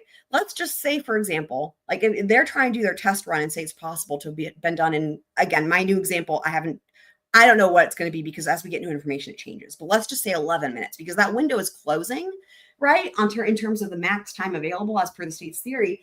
So let's just say 11 minutes, right? So they're going to try to make it, as they've said, the state has said that one person could have done it, right? It's going to make a big difference if all of the doors to all the bedrooms were open, right, versus closed. I mean, it goes without saying, but here's the thing. There's no way anybody could know whether they were open or not. I mean, okay, in some situations, it could be possible to know. But what I mean is, in a situation like where the door is locked with like some crazy lock, right? If it's closed and locked, and then you see that the door had to be kicked in and it's obviously a damaged door, well, then you can probably start to look into that further and figure out, oh, was the door kicked in? That means it must have been closed and probably locked, right? But barring that, what I mean is, if a door is just shut versus like opened already, right? I mean, and the thing is I would probably imagine their doors are probably closed, right? Like, that would make common sense. But how much you want to bet the state's going to present them with the doors open, just as an example? Just as an example. And that to me is a problem, even if it was to scale, right? Because there's no way they can ever know what the status of those doors were. Again, barring some extenuating circumstance, like a door being kicked in or whatever, blew up with a thing, you know, we don't have that any evidence of that happening here. I'm just giving an example because in some cases that you have that, and then, you know, that gives you more information, and that would take more time. So, I mean, more time for someone to do, whoever is a suspect in a case. So,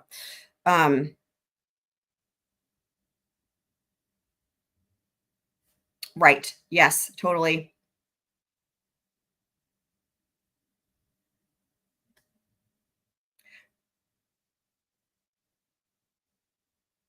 What reference? Are you seeing the references here? I mean, that just sounds like a normal thing people could say.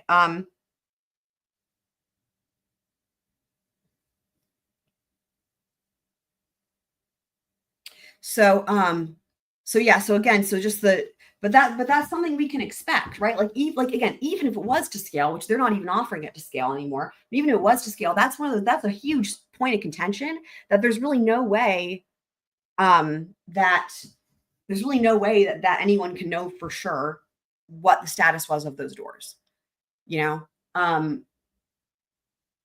I'm talking about interior bedroom doors, right? I mean, I guess, and exterior doors, but bedroom doors as well. Like, even if somebody's able to get in through an exterior door, let's just say a house is unlocked. Let's just say a house is unlocked, right? But given that short time frame, right? You've got multiple floors, you know, multiple bedrooms. Doors being shut or closed would make a huge difference in the feasibility of it, right?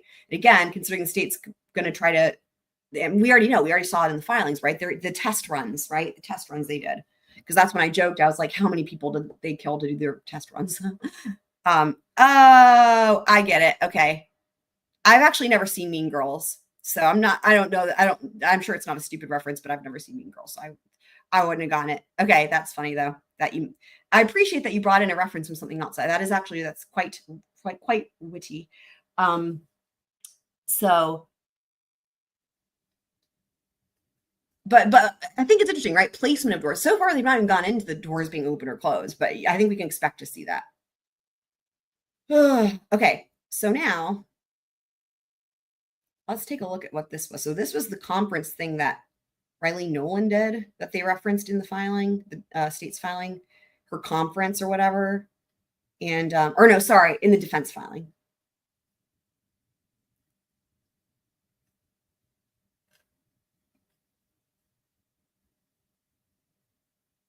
Baltimore, Maryland. I just wanted to see if there's anything noteworthy on here. I don't know that there is. Okay, so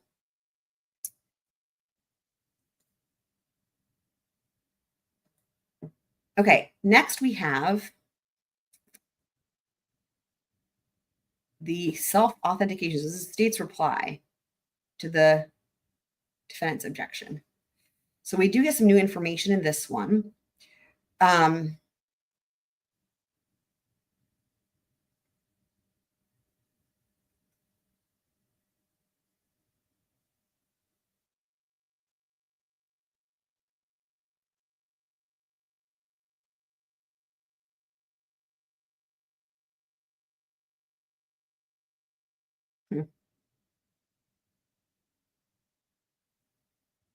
States Exhibit S1. Are they going to have a problem with their labeling system? Because Exhibit S1 is also, I forget which version it was. So this came up when we were doing the 911 call. I forget if it was there was like a transcript and then there was another transcript. And one of them was the defense's certified copy. I think that was S1. Anyway, I remember S1 and you could see the sticker. And this says Exhibit S1. This is talking about Amazon. So I hope there's not a huge issue. Like, why are more than, like, why is this also S1? Let me pull that up so we can see, because that's concerning to me anyway. Because, like, you don't want to have issues where things are being, and we see this all the time in cases, right? Where it's like, uh-oh, the labeling system is a mess, and now we don't know what's what. And okay, so let me just see here.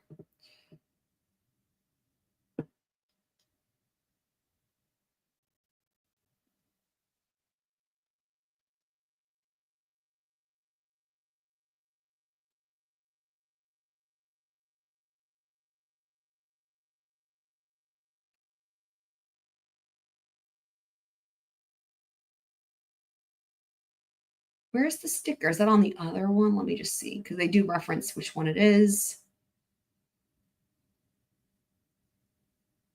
Ah, there it is. There it is. See, guys, look. I'm not crazy after all. I mean, not that anybody, just saying. Look. Defendant's transcript of 911 call attached as a State's Exhibit S1. Do you see why I perked up when I saw that? I was like, hang on now. Oh dear. So here they're saying State's Exhibit S1 is a certificate of authenticity from Amazon. Okay, well, all right. No kidding. Hi, Victorine. Welcome. I haven't been looking at the chat here. Hey, when is what, Franks? Or maybe maybe that's another joke from Mean Girls.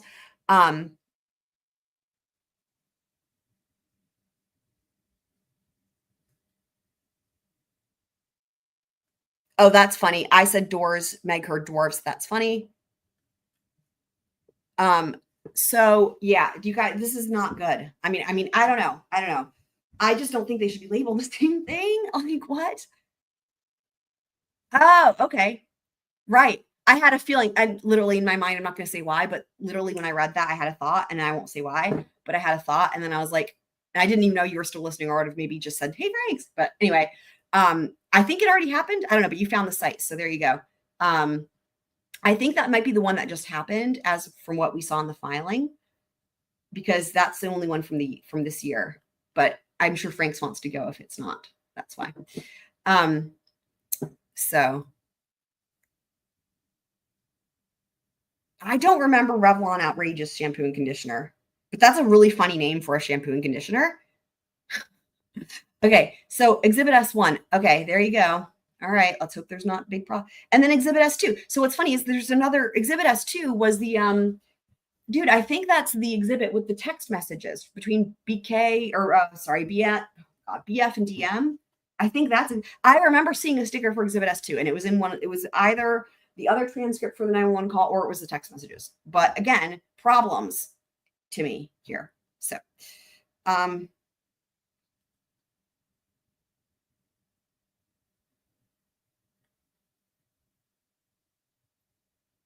look at this. So call detail records were provided for both MM and XK discovered on May 16th, 2024. And again on August 16th, 2024.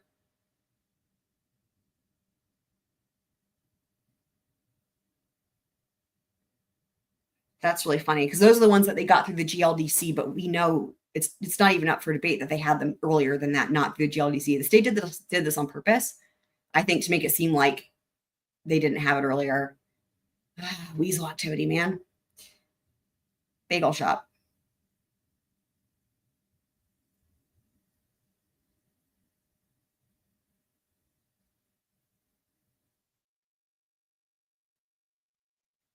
Cafe Artista. Okay, that provides a timeline of events for Kaylee and Madison. Okay. Corner Club. Are they going to clarify those freaking Corner Club receipts? Because I lost my mind on that one last time. Oops.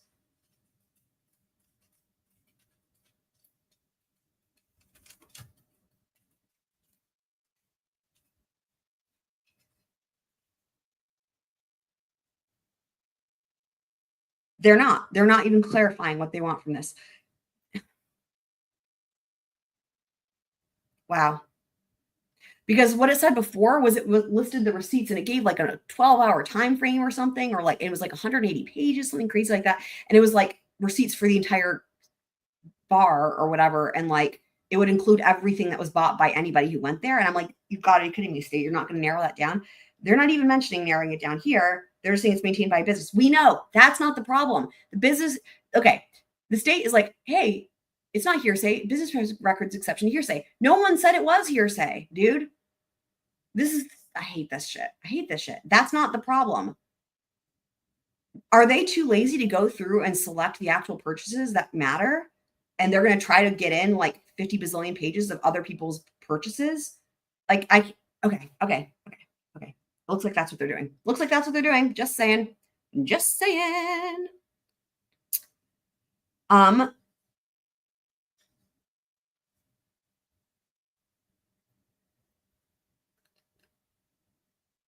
boy, Dick's Sporting Good. Okay, so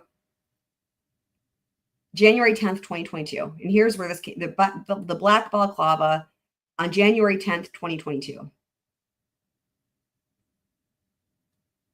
This is absurd and embarrassing. This mask is the same type of mask described by DM that she witnessed, weren't by a male. What about the part where they showed her a picture of they said, have you heard of a balaclava? She said, no. They showed her a picture of a balaclava and she said, no, it wasn't like that. Instead, it had a rectangle, Like we talked about this on the last live stream. And I think the one before that, whenever we were going through all these different documents, because like that caught my eye before we even got to the drawing, before they even came out. That caught my attention that they asked her and showed her a picture of balaclava and she said, no, it's not like that. And I said, and I this was from, I don't know, maybe a couple weeks ago, and I said at the time, I was like, interesting. She says it's not ski. And then they mentioned ski mask and she says it's not like that. And I'm like, interesting. Is she trying to say it's actually like a surgical mask, like COVID? That was my interpretation because of her response to that. And then again, we know that at the end of that interview, she draws the mask, but it looks like shit, as we know. But anyway, the point being, this is the best that they could have said is they could have said this is the same mask that DM drew. That would be way better than going with described, because literally she said, no, it's not like that. So, okay.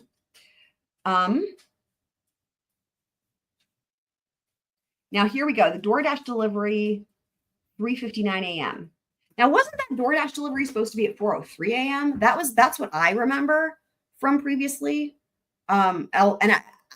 I know that there's major time, like different discrepancies that come up here that are different from what we've known previously, but I haven't gone through this with a fine tooth comb yet. So that's why I'm asking, because I'm pretty sure it was 4:03. Pretty sure it was 4:03 was the DoorDash. That was what we had before. But this is 3:59 a.m.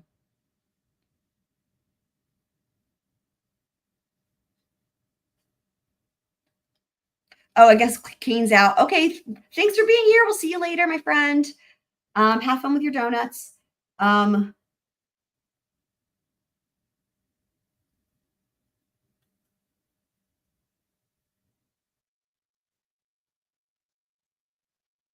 services, I know exactly where that is. We've already taken a look at that. Street view style previously.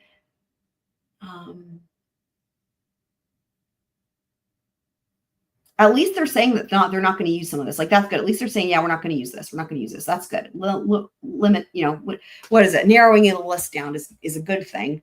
I can't say much good about, some of this, but as far as like what the state's doing, like it just,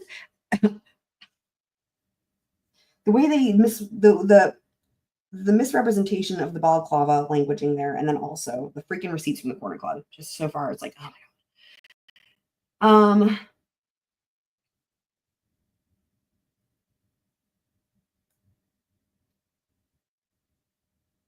Harbor Freight. I love Harbor Freight, as you guys know. Oh, they're not going to use it. Damn it. That sucks, because I freaking love Harbor Freight. Oh my God. Twin flame reference. Love it. Don't go chasing tiny waterfalls.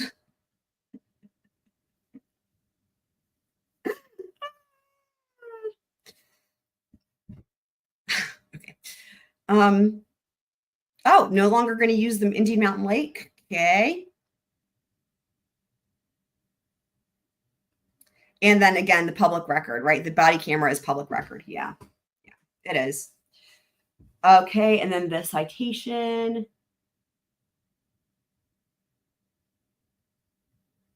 Oh, wait, hold on. Let me back up. Back up.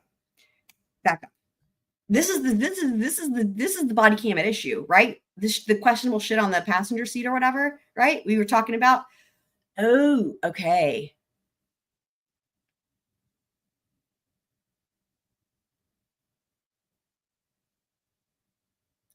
I don't know why they didn't make this argument the first time. It is a public record. I agree. But that's not the issue that the defense took.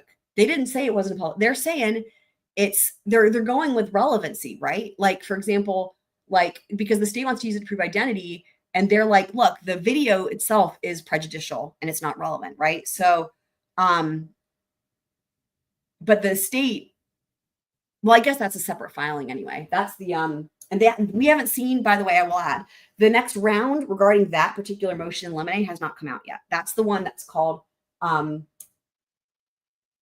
improper 40. It's improper 403 evidence. Or no, sorry, no, it's improper 404B evidence, I think is what it is. Because there's several different ones. There's like the undisclosed, but then there's also a separate series of motions with, or sorry, unnoticed 404B. But then there's a separate one that is, let me just find the exact name so I don't butcher it because it gets confusing. So there's the unnoticed 404B evidence. That seems like it's kind of a moot point at this juncture. But the one that is interesting that we were talking about, trying to figure out what the fuck's on that is in the video, is not that one. It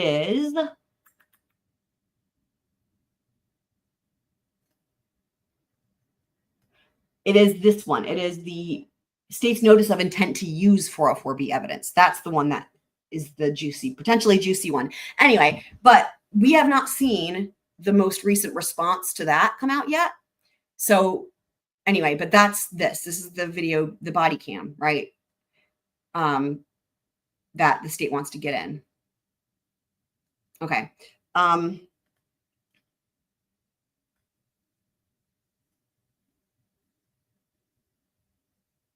So again, it's a good thing that there's much of this. They're saying they no longer intend to use it. So that's a good thing.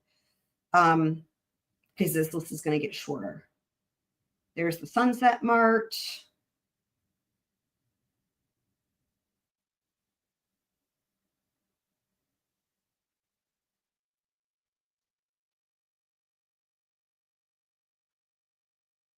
And there's two different ones, right? So they got the Sunset Mart in Moscow, and then you got the Sunset Mart on Bishop Boulevard.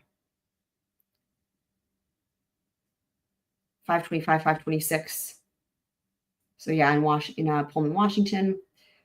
We've hit that hardcore with our field trip in there on the ground. And remember, I called all those businesses around there. Okay, so TikTok. So this is the big deal, right, guys?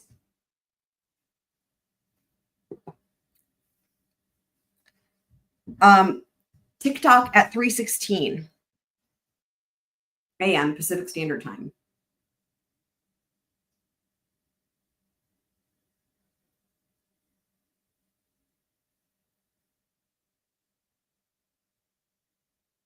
What time was it? Hold on. Hang on. I just noticed something. So my understanding, because I heard this from somebody, might have been Twiz, right? I think that, and I'm not saying this isn't the case. I'm just trying to figure this out in my head, that the time was completely different, right? You guys, I'm sure, can help me out in chat. That the time was completely different, and that the state had put in that she's on TikTok at like another time after 4 o'clock. Was it 4:16? They said she was on her TikTok, Xana, right? Because if so, it's a simple matter of this is the time zone that the documents came in. It's Pacific. And I bet it's an hour different from, let me just see. Okay, so what time zone is Moscow?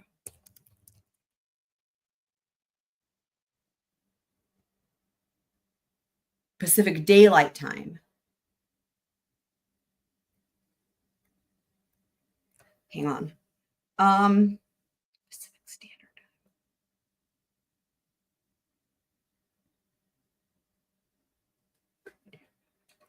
What time is it in? Okay, never mind. They're the same. Interesting.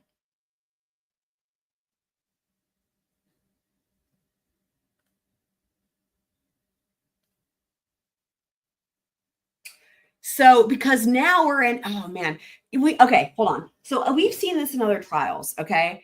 There's been other trials where, and I think Casey Anthony is one of them. There's been other trials where there's been things that happened to happen right around daylight savings time or whatever, whenever it goes back and forth, and where there's been a whole lot of confusion around, because, they also have to do the conversion because records come in their own formatting, right? But then you have to do the conversion. And then but this is interesting. So here it says Pacific Standard Time.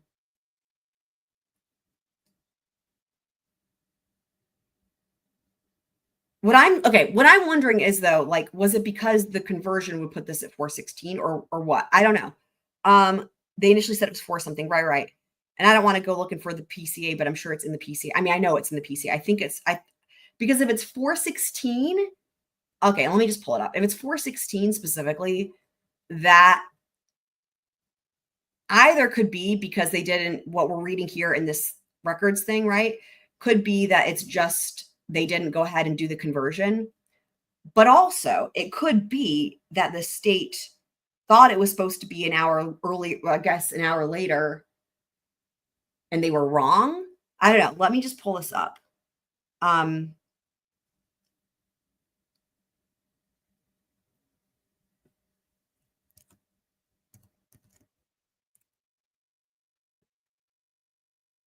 Oh, okay. It says 412. 412. Interesting. And this is approximately 4:12 a.m. Interesting. Interesting. I don't know. That is wild. Okay, so I don't know. If it had been 4:16, I'd been like, it could be that there's a miscommunication with the time zone or whatever. But that's different if it's 4:12. Yeah. No, I just looked it up in the PCA. Yeah, I just looked it up. So it's not a time zone. Oh, and Dean, REK, you guys were saying, yeah. So that's interesting. Weird. Okay.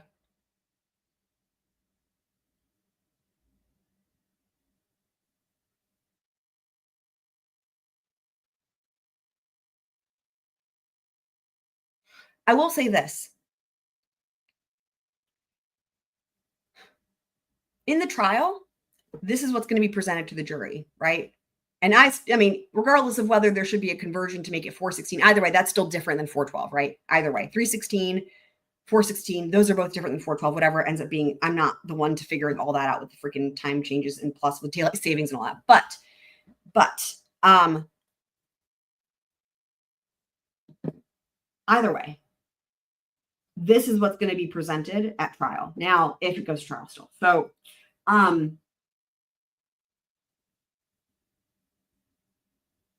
and then this would probably come out. Well, they could get ahead of it on direct, right? And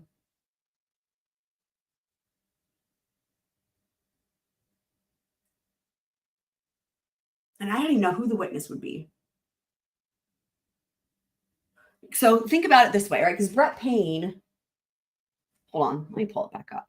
I already closed out of it. Dang it, hold on. Because Brett Payne, as we know, that the PCA, right, is like a mess in a lot of ways, but also it's like it got information from a lot of different things. So I'm just trying to see here if it says where this came from. A review of records obtained from a forensic download of Noedel's phone. Okay, so how this could play out at trial, right? Interesting. So this came from the forensic download of her phone. Now, what we're looking at here is this is from business records from TikTok.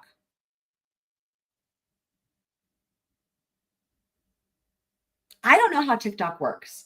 I've never used TikTok. Is it like Snapchat? Okay, I'm thinking back to like Murdaugh, right? Where Paul took the Snapchat, but then he couldn't get service to send it out. But ostensibly, you could also just choose not to send it out, right? And you could send it later. Is TikTok like that, where you could like make a TikTok and then it could be recorded as per the service, like the app, but then you may not do anything with it at the time? I mean, because that's so again, just to reiterate, so I'm thinking, so this is from the business records, and then this is from her phone download, forensic download. Interesting. This is interesting to me.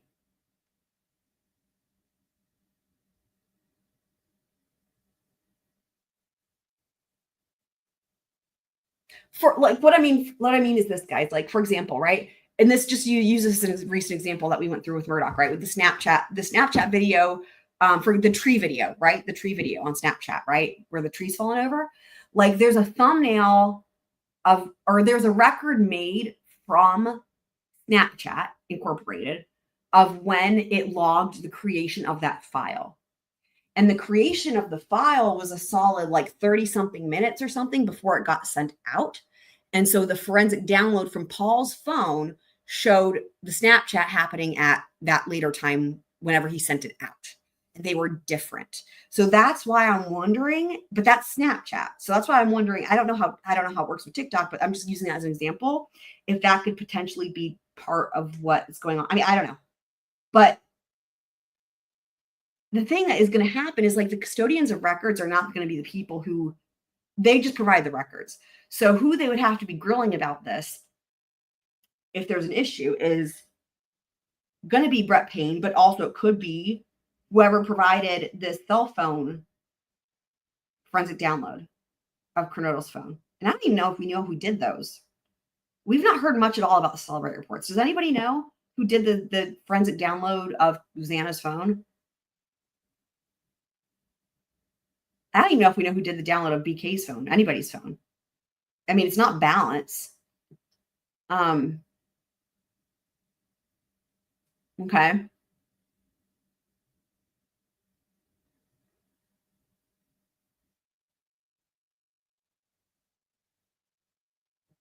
Now, the other thing is this. It's entirely possible, too, that this is the different thing, right? So she could have, like just to use this example, it could be that initially, like maybe she could have been on TikTok at 316 and 412, right? And it could be that also that initially for the PCA, the 412 was an important time for them, right? I don't know why. I'm just saying it was included in the PCA, but that at trial, they're not going to use that. And they're going to use this instead for some reason. But it could have been both. She could have been on TikTok more than once, right? That's another thing. So, oh, maybe it was Mallory. It could have been Mallory. It could have been Mallory. I don't know that we know for sure yet, though. Did that come up in the suppression hearings? I feel like in the suppression hearings, it was like you received a file of the downloaded version of the phone. That's what I remember hearing. I don't know that we know who did this actual Celebrate downloads, but whoever that person is could be maybe somebody who gets brought in, or well, they're going to have to come in anyway, but they would ask about this, but this is interesting. So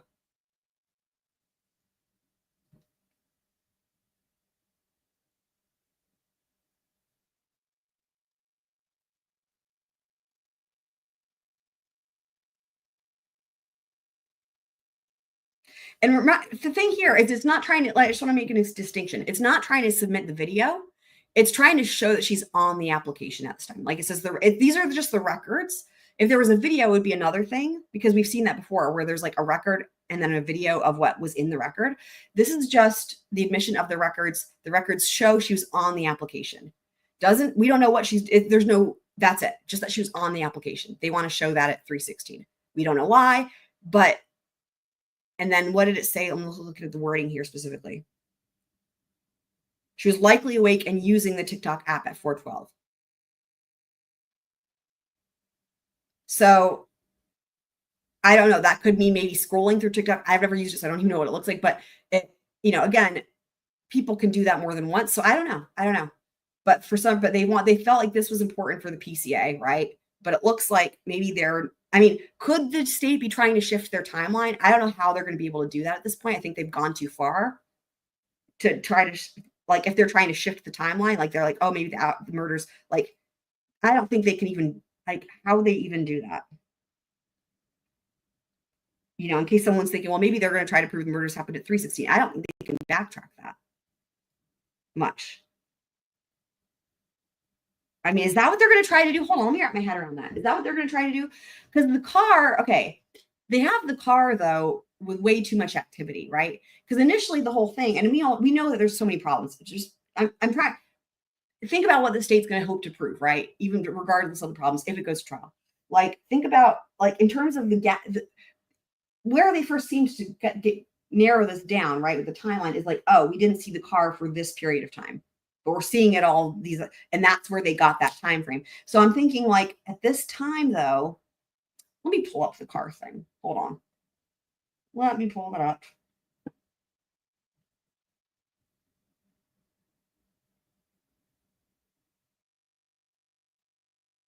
I'm just trying to think if they could possibly try to go this route with it.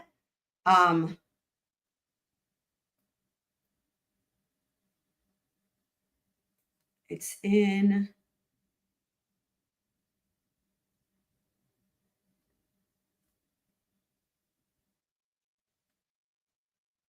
Okay, here it is.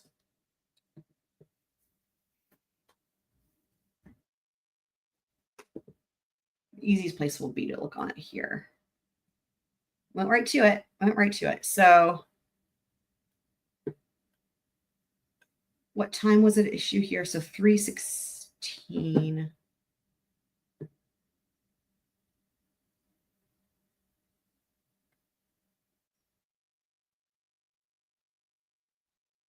Now we're going to have to go to page 28. Hang on. I have the page numbers memorized. Page 28 is where they start with the camera things. Okay. Speaking of Exhibit S2, remember when I said that, guys, about Exhibit S2? There's another Exhibit S2. Fucking. Okay.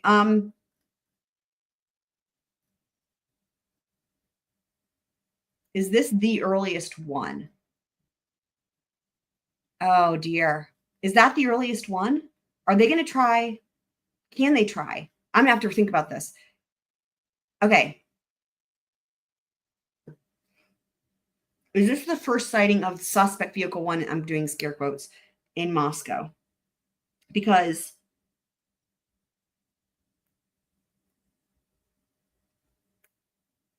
my thought process was this. My thought process was to try to figure this out. Okay. If they offered this initially because they think that this somehow matters in terms of proving the time frame, right? The window being initially, what was it, between 4:04 and 4:20, right? The initial window that they suggested, right? And then to think about the difference with here, okay, 360. Now again, it doesn't have to be this way because she could be on it more than once, right? But what we're not seeing is them also offering that as well. Like they could offer 316 and 412, right? They're not. They're offering 316. So it could be for some other purpose, right? I don't know. Maybe they're showing it. Maybe it's going to show she got home. I don't know what they're intending to use this for, right? It could be laying foundation for something else. Entirely possible. But again, I'm not seeing the other one. So I was thinking, are they going to try to, would it be possible for them to change the entire window of this entire thing to having happened around a different time? But also, I need to go back to the state's initial filing for this and see if what it said there, like there's first motion in limine. I know I'm just kind of thinking out loud, but like I'm trying to work this out in my head because this is very interesting. So let me just find their initial.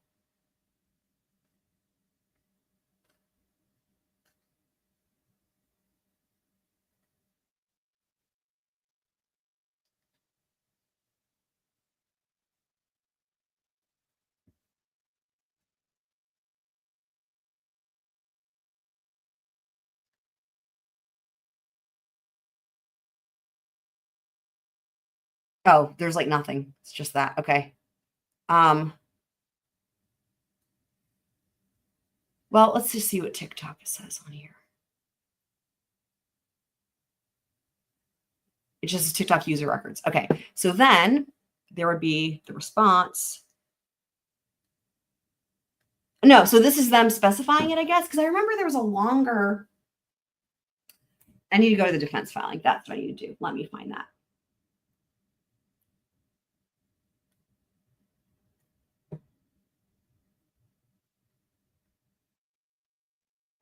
Okay.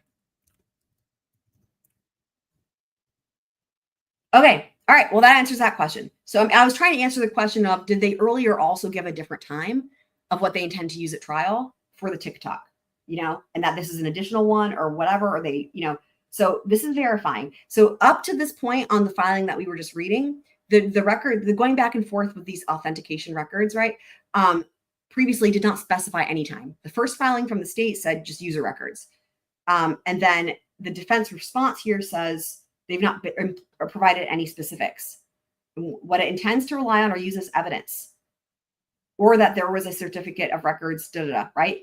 Now, going back to where we were here, this is the state's response. Now they're being more specific, as they have to. And now that they're being more specific, this is what they're saying, and they're not saying 412.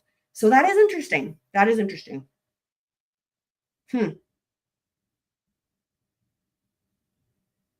I don't know that they could try to shift that time for the murders. I think they're gonna. I mean, that would be crazy, wouldn't it? If like they get to trial and all of a sudden they're like saying the window happened between, I don't know, 312 and whatever. I don't know. I'm just saying, just hypothetically. I mean, I don't think plus they're so reliant upon Dylan. Yeah, I don't know. I just was working. Every now and again, you see this in a case where the state completely pivots and it's like, wait, what? You're completely changing your theory. We saw this happen multiple times over in Casey Anthony trial, by the way, where it's just like completely contradicting new theory of the case in the middle of trial. Happened over and over again. And so that's why, in case you're like, that sounds crazy, I've seen it happen. That's why I'm saying you can't rule it out. But here, I think it would be tough. I think it would be tough unless they just throw out everything so far, which maybe would be their best bet, or just to throw out the case. Maybe, I don't know. Right. Yes, that's true. It would be good to know. Her Celebrate report will show all that. The step activity, orientation changes, backlight coming on, all that shit will be in the Celebrate report. Okay, so let's move past this one and see if there's anything else interesting here. I mean, it's 70 pages, but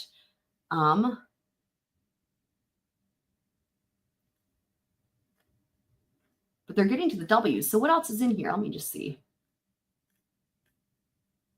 Oh, okay.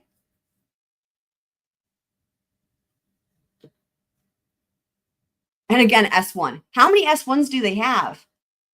Oh, dear. S2. How many S2s do they have? Oh, dear. Oh, Mike Figaro.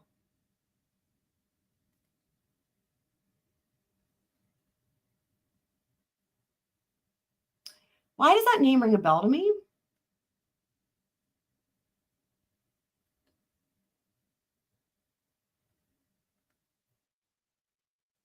He may have had to come in as a custodian of records in another case. The name rings a bell. And then this is, oh, here's the Stephen Gordon dude. Interesting.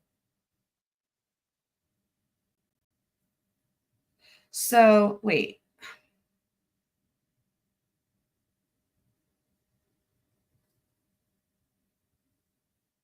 Oh, this is the GDLC. Okay.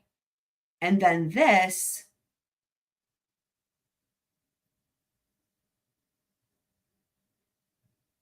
This does give a GD. Is it a different file number? 3586162. Hold on. Same file number. Why are there both then?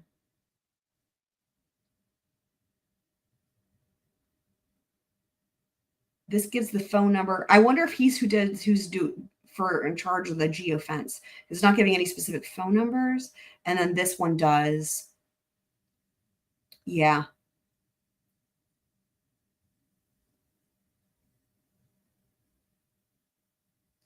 Interesting. AT&T did not provide time in advance records.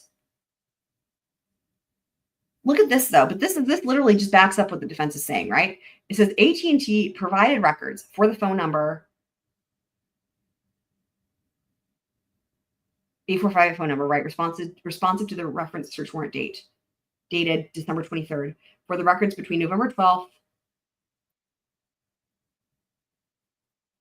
This is the 48-hour warrant. This is the 48-hour warrant. Okay, the AT&T warrant number 2, related to the homicide. Okay, and then AT&T did not provide time in advance records for the 845 phone number.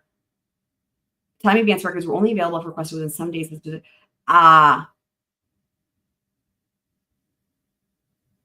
Okay, I see why. Okay, so that's why they hammered back, right? Because this dude, the Stephen Gordon dude, he came up with the Syrie affidavits. He's like saying, oh, we couldn't get them because it was too late, 7 days, right? But that's then no wonder they dropped the hammer on that, right? Because the defense, because literally they're like, well, that's lies because you got them other ways and you had them for other people. So yeah. The tiny waterfall or the waterfall ba?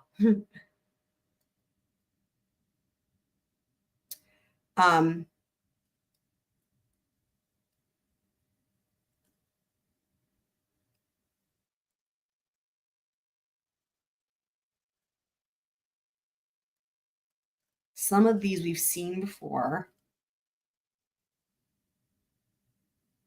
This one, I believe we did. Oh, this. Again, the GLDC.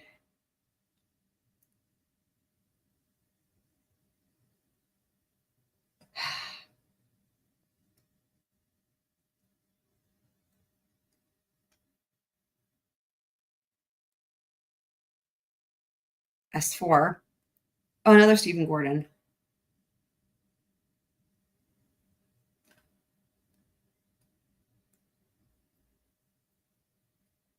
$324. Hold on, let me look at the data. Why is there more than one? $324. What was this other one? $324. Did they just make a mistake and put things in here twice? Jesus. Because they look exactly the same. Okay. Although, is that larger? Hold on. That's what she said. It is. What the actual fuck then? All right, hang on. This 324, 2025, same handwriting, but the other one's bigger. So why is there more than one? Let me see. Maybe it's a different file number. 358-6162.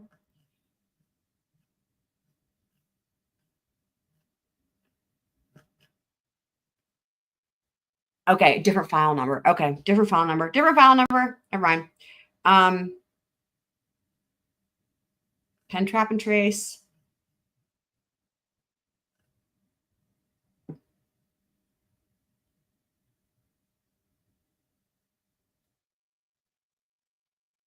Oh, corner club receipt. Jesus Christ. 3340.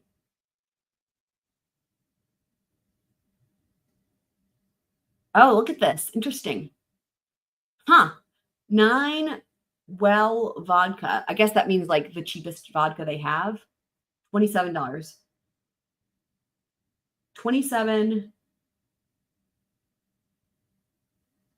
$3 a piece? That's cheap. What? There was no special going on. $3 a piece for like the cheapest for like the house vodka or whatever.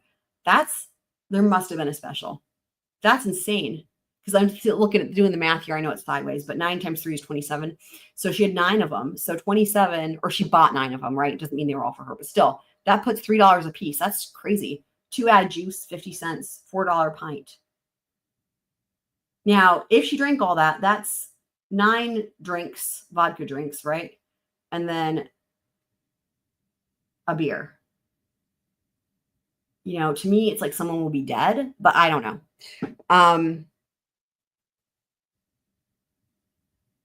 You're very welcome, official. Glad it's helping you. You're not done, but you're welcome for reading them. Hello, James. What do you guys think? Is 9 drinks? I mean, this came up with Karen Reed as well, right? And the amount of drinks, I think it was something similar, like 9 drinks. And I'm just like, oh my God. But anyway, of course, there's always the possibility that she was buying some of these for other people. The thing that shocks me the most is the $3 a piece. That's shocking. I mean, I haven't been to a bar in a long time, but like, if I were to try to remember even back years ago when I used to go like in Boone and stuff, like, it would be fun. We would go like, there were some bars that apparently aren't there anymore because of the freaking hurricane, but unfortunately, but I mean, I remember $6, $7 being standard for like the cheapest house vodka. So, and that was years ago. So $3 a piece is insane. Like, wow.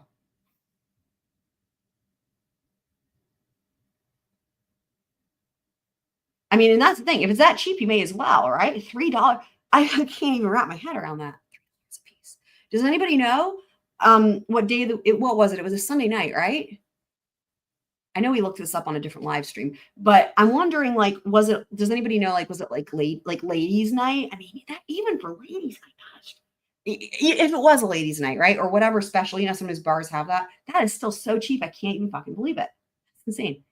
Let's see what else we got on that. Is there any other corner club? Is that the only one? Well, now it looks like this is the only receipt they intend to put in. Well, these are redacted, so maybe not. Maybe there's 2 other receipts.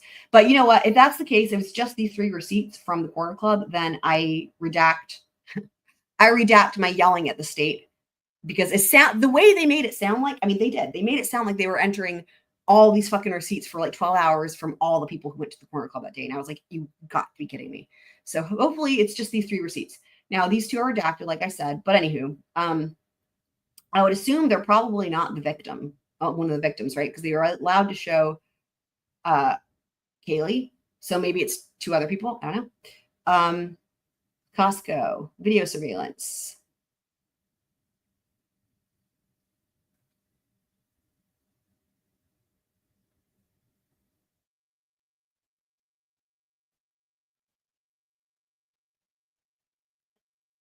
This is wild, you guys.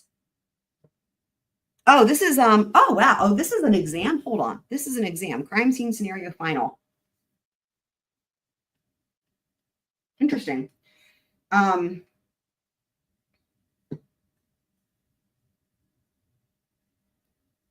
thing that caught my attention was this part, just so you guys know. The thing that caught my attention was the curious must be noted and immediately evicted from the crime. Noting the curious, right? Because you know that law enforcement always does that. That's why I was assuming this was a law enforcement thing. And then I was like, oh, no, this is got to be his exam final from 2020. I guess the state would intend to use this to show that he knows certain protocols for crime scenes, right? I guess that would be their thought.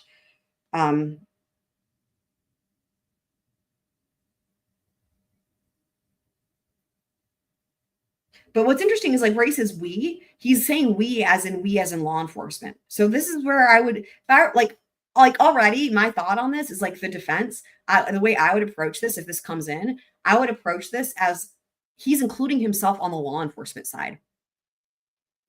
That's what this is. This is literally how law enforcement, right? Block off the crime scene. But then here, like he says, the theory of transfer states that we bring something with us, we as in law enforcement, to the crime scene and take something away, thus getting the crime scene. So this is one way you could handle this if this comes in. This is because the original state of the crime scene was left by the criminal suspect. So this, again, sounds like he's putting himself on the law enforcement side of things, right? A lack of contamination allows the scene to be a snapshot in time.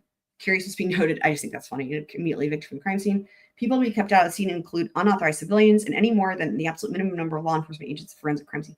And, you know, we know there's a lot of other things too, right? Like it's first in, first out, and like that they keep a log and all this other stuff, right? We will hear about. So,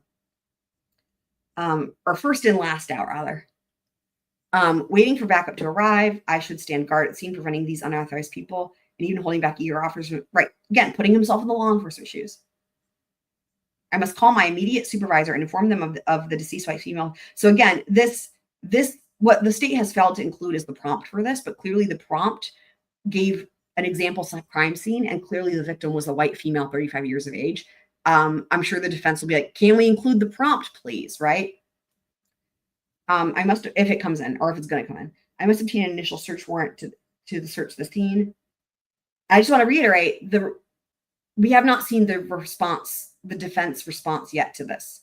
Has not happened yet. So it'll be interesting to see what they say. So again, just to reiterate, 2 outstanding things we don't have, that I've noticed anyway, 2 outstanding things that we don't have responses to yet is this, and then also the 404B, the video with the thing that might be something like, I don't know, we were thinking maybe gay porn on the passenger seat or something like that. That whole thing. We're waiting on the responses for both of these. So the coroner must be called. Please don't call the coroner. Please call the medical examiner instead. Coroners are disasters. For those of you guys who know coroner armpits. Coroner must be called in order to pronounce the woman dead. Well, if that happens, they're just going to stick their hand under the armpit. So let's get the medical examiner instead. An EMS should be called if they were not already called.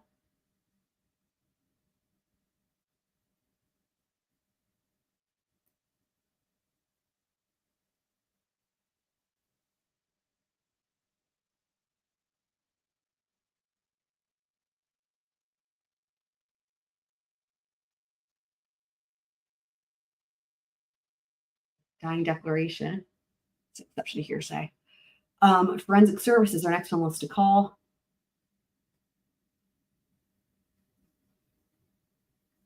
Again, you can tell there's a prompt missing, right? This area includes the area of the trailer park. So you can get an idea as to the prompt he was given. A 35-year-old white female dead in a trailer park or outside. We don't know yet, but something about the trailer park, right? So you can see that that's why he's mentioning that. Is there anyone in the trailer? They should be moved out and questioned. Does she have kids? I should gather the following information in my notes as the investigation commences.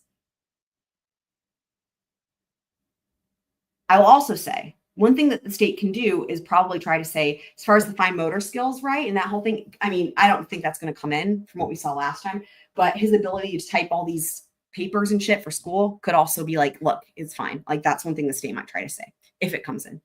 I don't think it's going to come in though. I'm just saying specifically as far as the developmental disability one, I don't think that's going to come in based on what we saw in the last filing.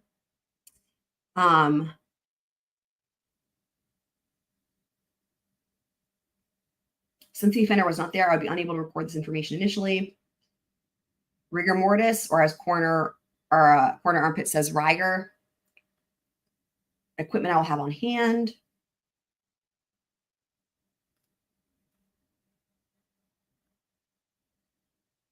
Wow. If this was done closed book, this is pretty impressive to remember all of this stuff. Although I don't know. I mean, it might have been open book. I don't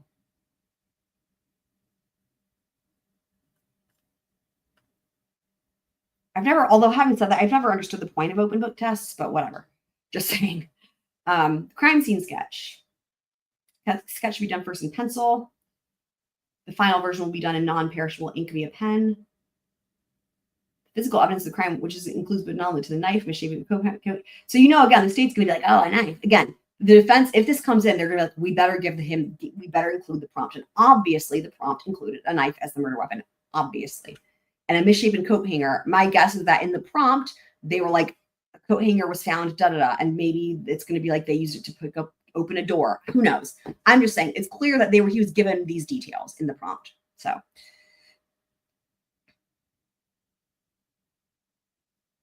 Right. Yeah. So like conceptual thinking. Right. That's a good point. But this is clearly not that example, right? Like where if it's open book, this would be pretty easy. And if it was not open book, I think this would be difficult.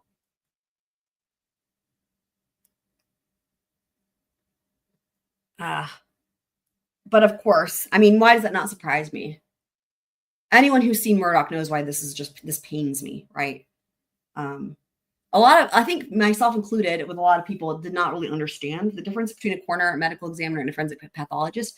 But it became abundantly clear during that trial. And then I deep dove this previously, and I've brought it up before recently too. Like, I don't know why coroners still exist. They're really just a ceremonial. It's like a ceremonial role that's elected, and you don't have to have any medical training. And it's something they could have medical training, but they don't have to because they're still an elected official. Anyway, it's just now when you have a medical examiner, it's also a position from the government, but they're not elected, they're appointed, and they're actually forensic pathologists. So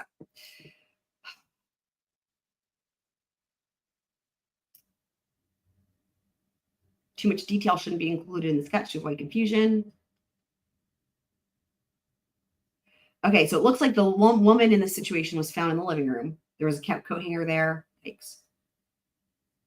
Anyway, yeah, this is a lot. This is a lot for if it was a closed book test. I wonder, it does make me wonder how they would have. Anyway, whatever. Maybe in the prompt we'll learn more.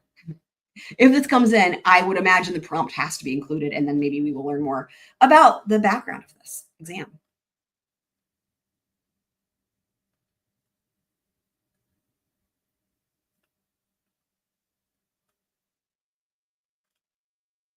Wow.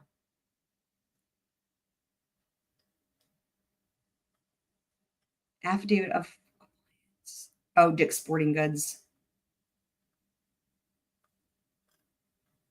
Redacted. Again, authenticity. There's ENS. That's the authenticity for that surveillance. Oh, that's North Carolina. Whoa.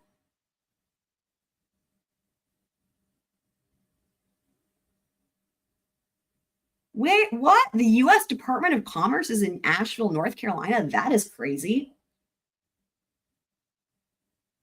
Huh. Wow.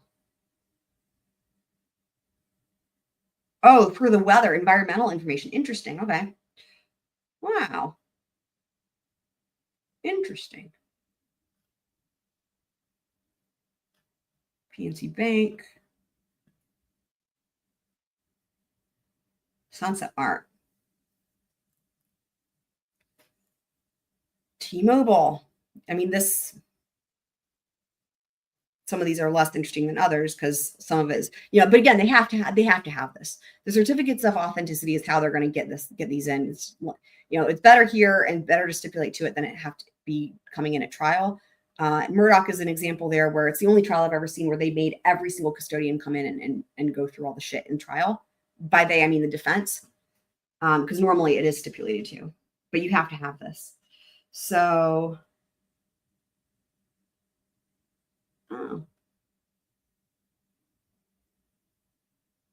vessel licensing, huh?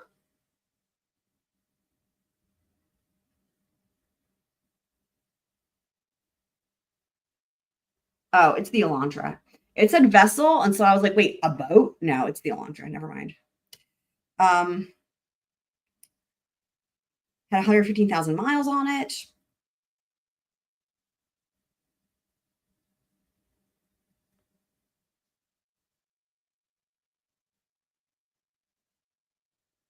I guess that's his signature. Title.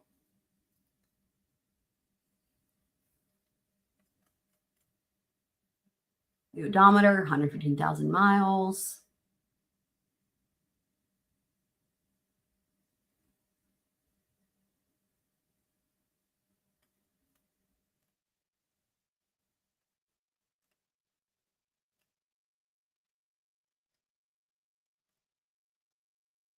Licensing. Oh, and there's a much better picture of the license from what we had before. I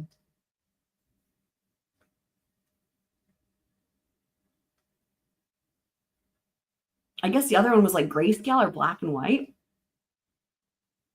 Or maybe it was a license from, let's see, I've actually got it saved somewhere. Maybe it was from a different, let's just look and see if it was a different license. No, that was Pennsylvania. Okay, so the license included in one of the other filings, I forget which one it was. It was Pennsylvania. This is the Washington one. So the Pennsylvania one was issued on, what does it say? I'm looking at it here. Expires 11/22/2024.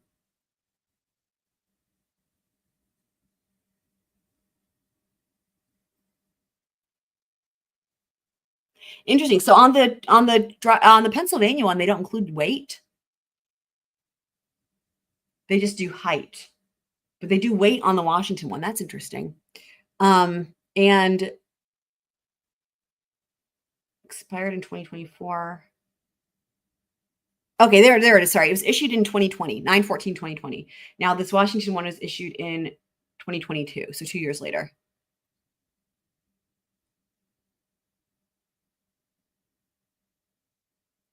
Let me show this to you guys. I would say this one's a better one, although it's less recent. But if I were the defense, this one would be better for me because, like, to me, and now we talked about this before, right? But to me, I'm like, wow, those eyebrows look nothing like what the state wants them to look. Hold on, let me just share this to you guys. And a big difference from like the selfie. See what I mean? So there's that one. And it also just goes to show you too, there's a difference in the lighting and the type of ink. I mean, when you look at this license, so this is my point, right? Because this license is going to look a lot different from the Washington license. So now let's go back to that one.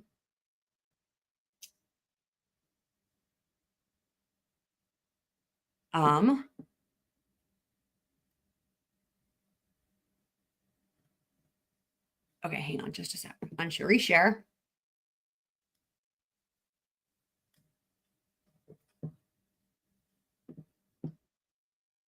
See what I mean? But like, obviously it just looks a lot different. And it looks like it's been darkened maybe. I mean, I don't know. They're going to have to, whatever. I'm just saying, just a difference. But here, the weight, you have the weight and the other one doesn't have the weight, which is funny. I wonder if North Carolina ones have the weight. I don't even remember. It's interesting.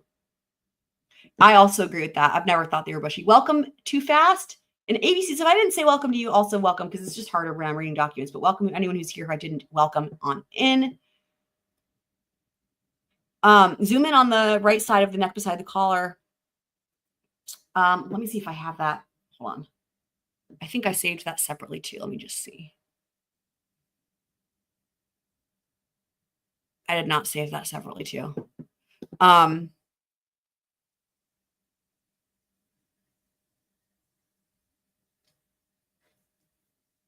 have so many tabs open. Hold on. Give me a second here. Luckily, I still had this. I still had this tab open from some other question we had. I don't even remember what it was, but I believe. Oh no, it's in the bushy eyebrows. Hold on, I don't have that one pulled up. Hold on. Let me just get that real quick.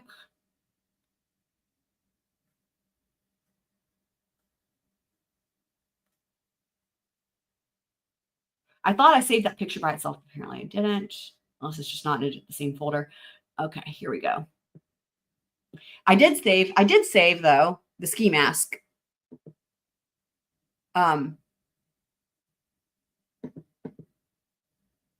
you guys hear me? I did save the ski mask though on an upright version. Hi, Tanel, welcome. Okay, can you let me know if you guys can hear me? So we're going to wait, is this the wrong bushy eyebrows? Fuck, hold on. Wrong bushy eyebrows. Give me a second.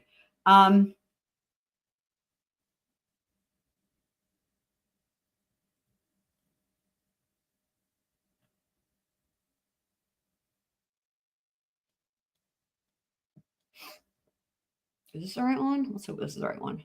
Ah, here it is. Okay. Okay, good. Thank you for letting me know you can listen and hear me. Good, good, good. Okay, so you said, where was it? Zoom in on the right side of his neck beside the collar. Oh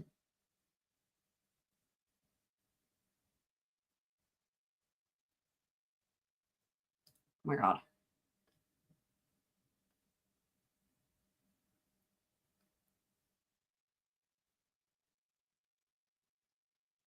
Are you referring to this thing?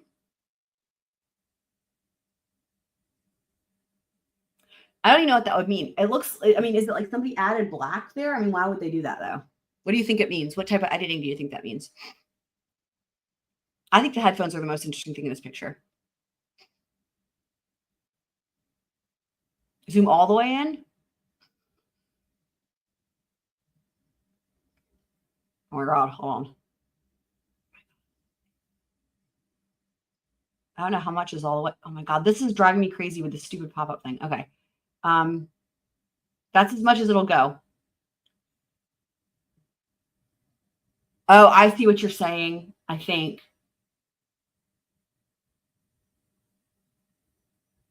Well, my question is, because I'm not up on this stuff. Like, what type of editing is it, do you think? Like, what was edited? That's my question.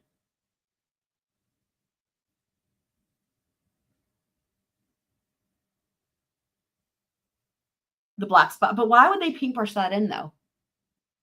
Like, what's the point of that? Like, isn't the point the bushy eyebrows? Like, if you're going to edit anything, wouldn't you edit the eyebrows? Right? Or like add the thumbs up. I don't know. Like, what's the point of that though? I mean, it does look weird. I agree that it looks weird, but why the fuck is it?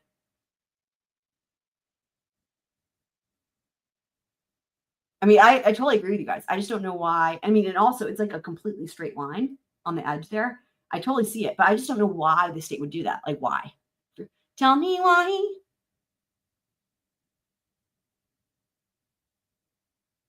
Oh, interesting. I mean, and again, that's what I figured, right? If you're going to edit anything, edit the eyebrows. Now, having said that, they're going to be looking, the defense is going to need the metadata and all this, right? And that's why that matters, because it can show if it's been fucked with. Now, again, the state released this for the public, for the media, right? I will just add, let's just clarify something real quick here.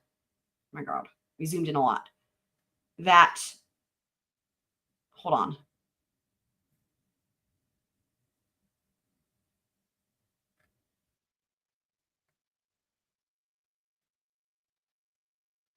Where does it say?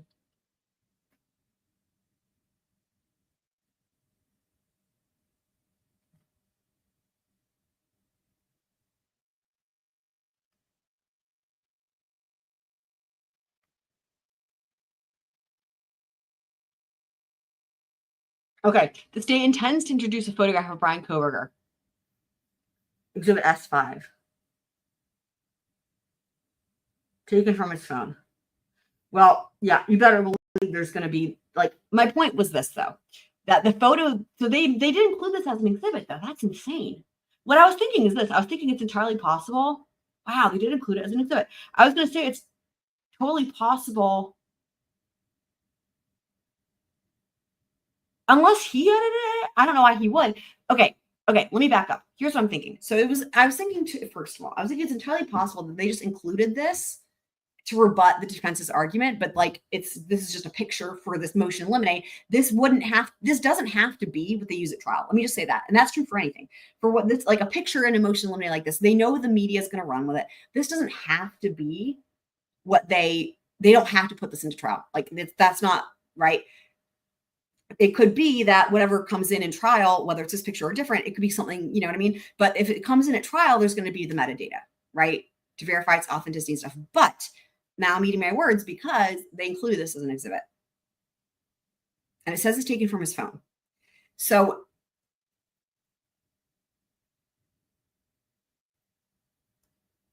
either the state is going to include this as an exhibit and it's taken from the Celebrate. They're going to be able to get the metadata.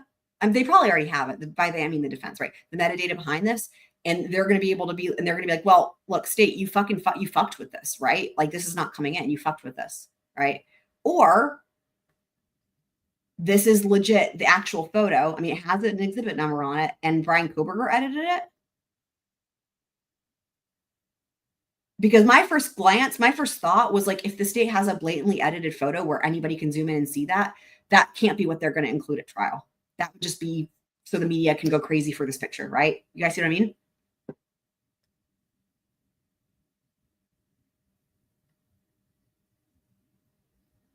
I can put it on Discord. You can go to it just by going to this filing, or I can include a picture on Discord. I just have to crop this, but I can put it in Discord if that's easier. Okay. Yeah. So so whatever's easiest for you officially. Yeah. The metadata. Right. Yes. Correct. Exactly. Amber. Yes. Exactly. Great example. Amber Heard manipulating the photos. Yep. So they'll be able to know though who did it. If things were edited, altered, manipulated, it will come out who did what when, right? And the thing that I'm saying is if the state did this, they wouldn't be that stupid. Like it wouldn't necessarily mean it's a stupid idea to include it in this filing. I think it's stupid, but because it's for the media, right? However, there's no way the state's gonna introduce at trial a photo that they fucked with. Like that's just because it's just too easy to prove. Like that's just not, so that's why I'm like, oh wow, that fact that it has an exhibit number is surprising to me. That means that this, I don't know. Neeson says they would be that stupid. Yeah, maybe I'm giving them too much credit. I don't know. I don't even know how to do that official. I don't even know how to do that. I don't know how to do that. So where the docs are is the Idaho cases of interest page. But it is harder to, I mean, there's so many docs. I'll just I will just put it in the Discord after the live stream if that's easier then.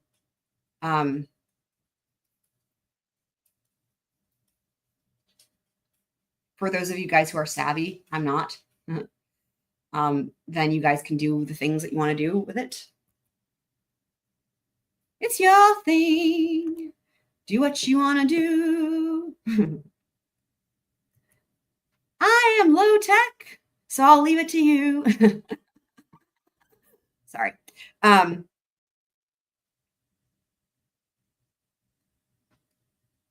Yeah, you can, anything. What I'll do is I'll put it in the Bryan Kohberger thread, and then anything you want to do with it, put it back in the thread, because other people are going to want to see it. So don't send it to me. Put it in the Bryan Kohberger thread. That way other people can, contribute. So, because we've got a lot of really smart squirrels that have all kinds of different skill sets that they bring to the table. So, okay, so we're back. Let's go back to this one. So yeah, it's interesting. I mean, this to me definitely looks like the contrast or whatever was booted up, or like maybe like brightness increased. That's about the depth of my skill my knowledge when it comes to, that type of thing. And then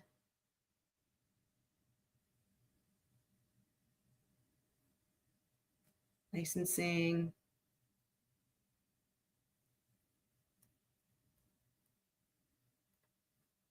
This is like, I think, the last page.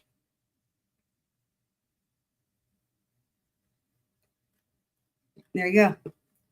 So there's a lot of interesting little things in here. The 316 thing is really interesting. Again, it'll remain to be seen what the deal is with that. There's, like I said, it's like, well, we went through the many different possibilities. And when I do timestamps, that'll all be timestamped for anyone who's just getting here or is on replay crew.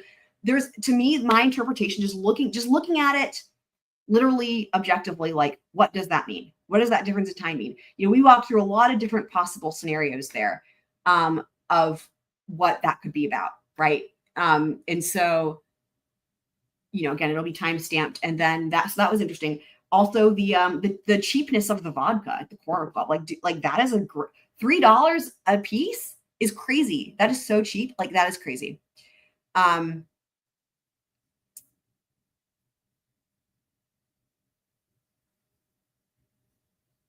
And then I think there were some other noteworthy things from this, but those are the two that stand out to me right now, at least at this juncture. So what we will be doing next time, guys, is we've got a number of filings to catch up on regarding the death penalty motions back and forth. We have, there's the motion to strike the death penalty with autism, and then there's also the motion to preclude the death penalty due to the state's numerous disclosure violations. There's multiple filings on both of those that go, I think, back and forth. I don't even remember how many there are. I'll have to just go through it because this list is so fucking long, right? But there's a couple. There's like at least 2, maybe 4. I feel like since we have done another catch up on those, there's been another round back and forth for each, which would be 4. But anyway, that will be the next Bryan Kohberger. And then also, I think it'll probably be tonight. I'll have to check and see how many more docs came out for Karen Reed. But anyway, the next live stream will probably be Karen Reed, depending on how many more things came out for that. Lori Valla's jury selection started today. They expect opening statements to start on April 7th for that case. April 8th, there's another Xana Gardner hearing. And of course, there's also the April 9th, the Bryan Kohberger, you guys know, hearing. There's so much going on. But luckily most of that's going to be next week. So anyway, yeah. But tonight we'll either have another Bryan Kohberger, we'll get into those death penalty motions, or we will be doing Karen Reed. I'll just have to see what else comes out. I mean, because you just never know, especially the difference in time zones, right? We could have some new docs come out here, and just, these ones that say new are all from Friday. So, we'll just have to sort of play it by ear. So yeah. Well, I'm on East Coast time, but in terms of the Squirrel crew, they're all over the world, So here it is 2:17 p.m.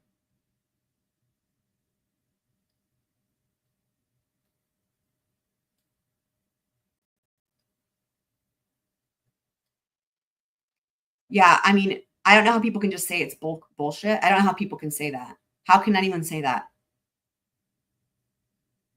I don't know how anyone can say that. Like, literally, I mean, maybe people say that because they don't read all the filings, probably, right? I mean, clearly they have an expert, right? Anyway, all the testing and stuff. It's like you can't just say stuff like that, like a mental, I mean, okay, I was going to say you can't just say stuff that's not true in court. You're not, let me just clarify. It's really risky to say stuff that's not true in court if you're an attorney. Okay. Most attorneys would never do it. It's why when you hear people talk about like, yeah, there's no way they're lying, it's because they can lose their bar license, right? The risk and reward is not there for an attorney to lie in court, right? So where people maybe get some weasel activity there with the gray area is maybe misrepresenting something, and then was it done willfully? We've seen a lot of this with Karen Reed and other cases, right? And it's like, and then it depends on the judge. The judge has to be the one to determine, right? And then if they're biased. But having said that, you're not supposed to be lying or misrepresenting shit in court if you're an attorney, right? And you're also, if you're a judge, you're supposed to be fair when you assess that. So I wanted to say all that to say that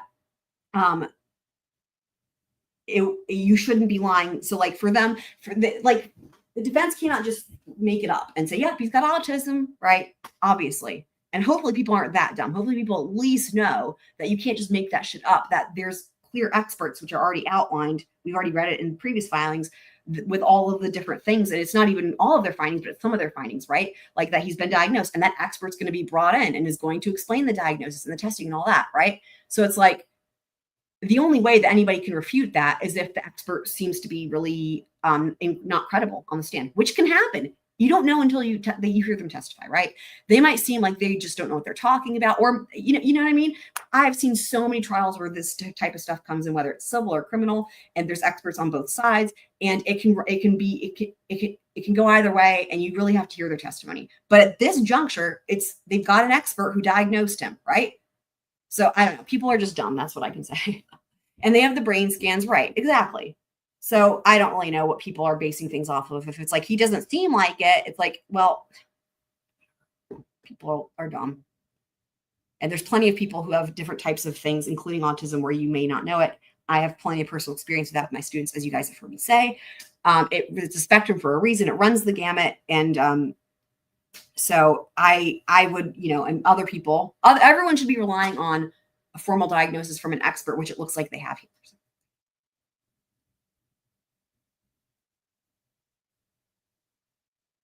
Now, the mental health evaluation that they get processed in jail is not anything like that. It's literally just, it's the lowest bar of like, are you completely batshit insane? Do you need to be in a mental institution? They're not testing for autism, not at all, not even slightly. They're testing for like literally like schizophrenia, for example, like on a level that is dangerous, and that type of thing. Dissociation on a level that is extreme. That's the level. They're not testing for everything. They're not, there's no way yeah. So that's where the expert comes in. Right. There is no insanity defense in Idaho. So if you hear someone say that, just tell them there is no insanity defense in Idaho. I mean, that's what it is. There is no insanity defense. So it's impossible. Yeah, it doesn't matter. It doesn't even matter, even though I understand that makes logical sense. It doesn't matter because there is no insanity defense in Idaho. They did away with it in like the 80s. So it's not even possible, even if they wanted to. So, but that'll be it for this one, guys. So stay tuned. We will be back for more later. Again, it'll be either Idaho or Karen Reed, just sort of depends on what else comes out in the interim. But I will get that picture in the Discord for those of you guys who want to take a look. I'll put it in the Bryan Kohberger thread. And other than that, I love you guys. Thanks for being here and being an awesome squirrel. And I'll see you guys next time.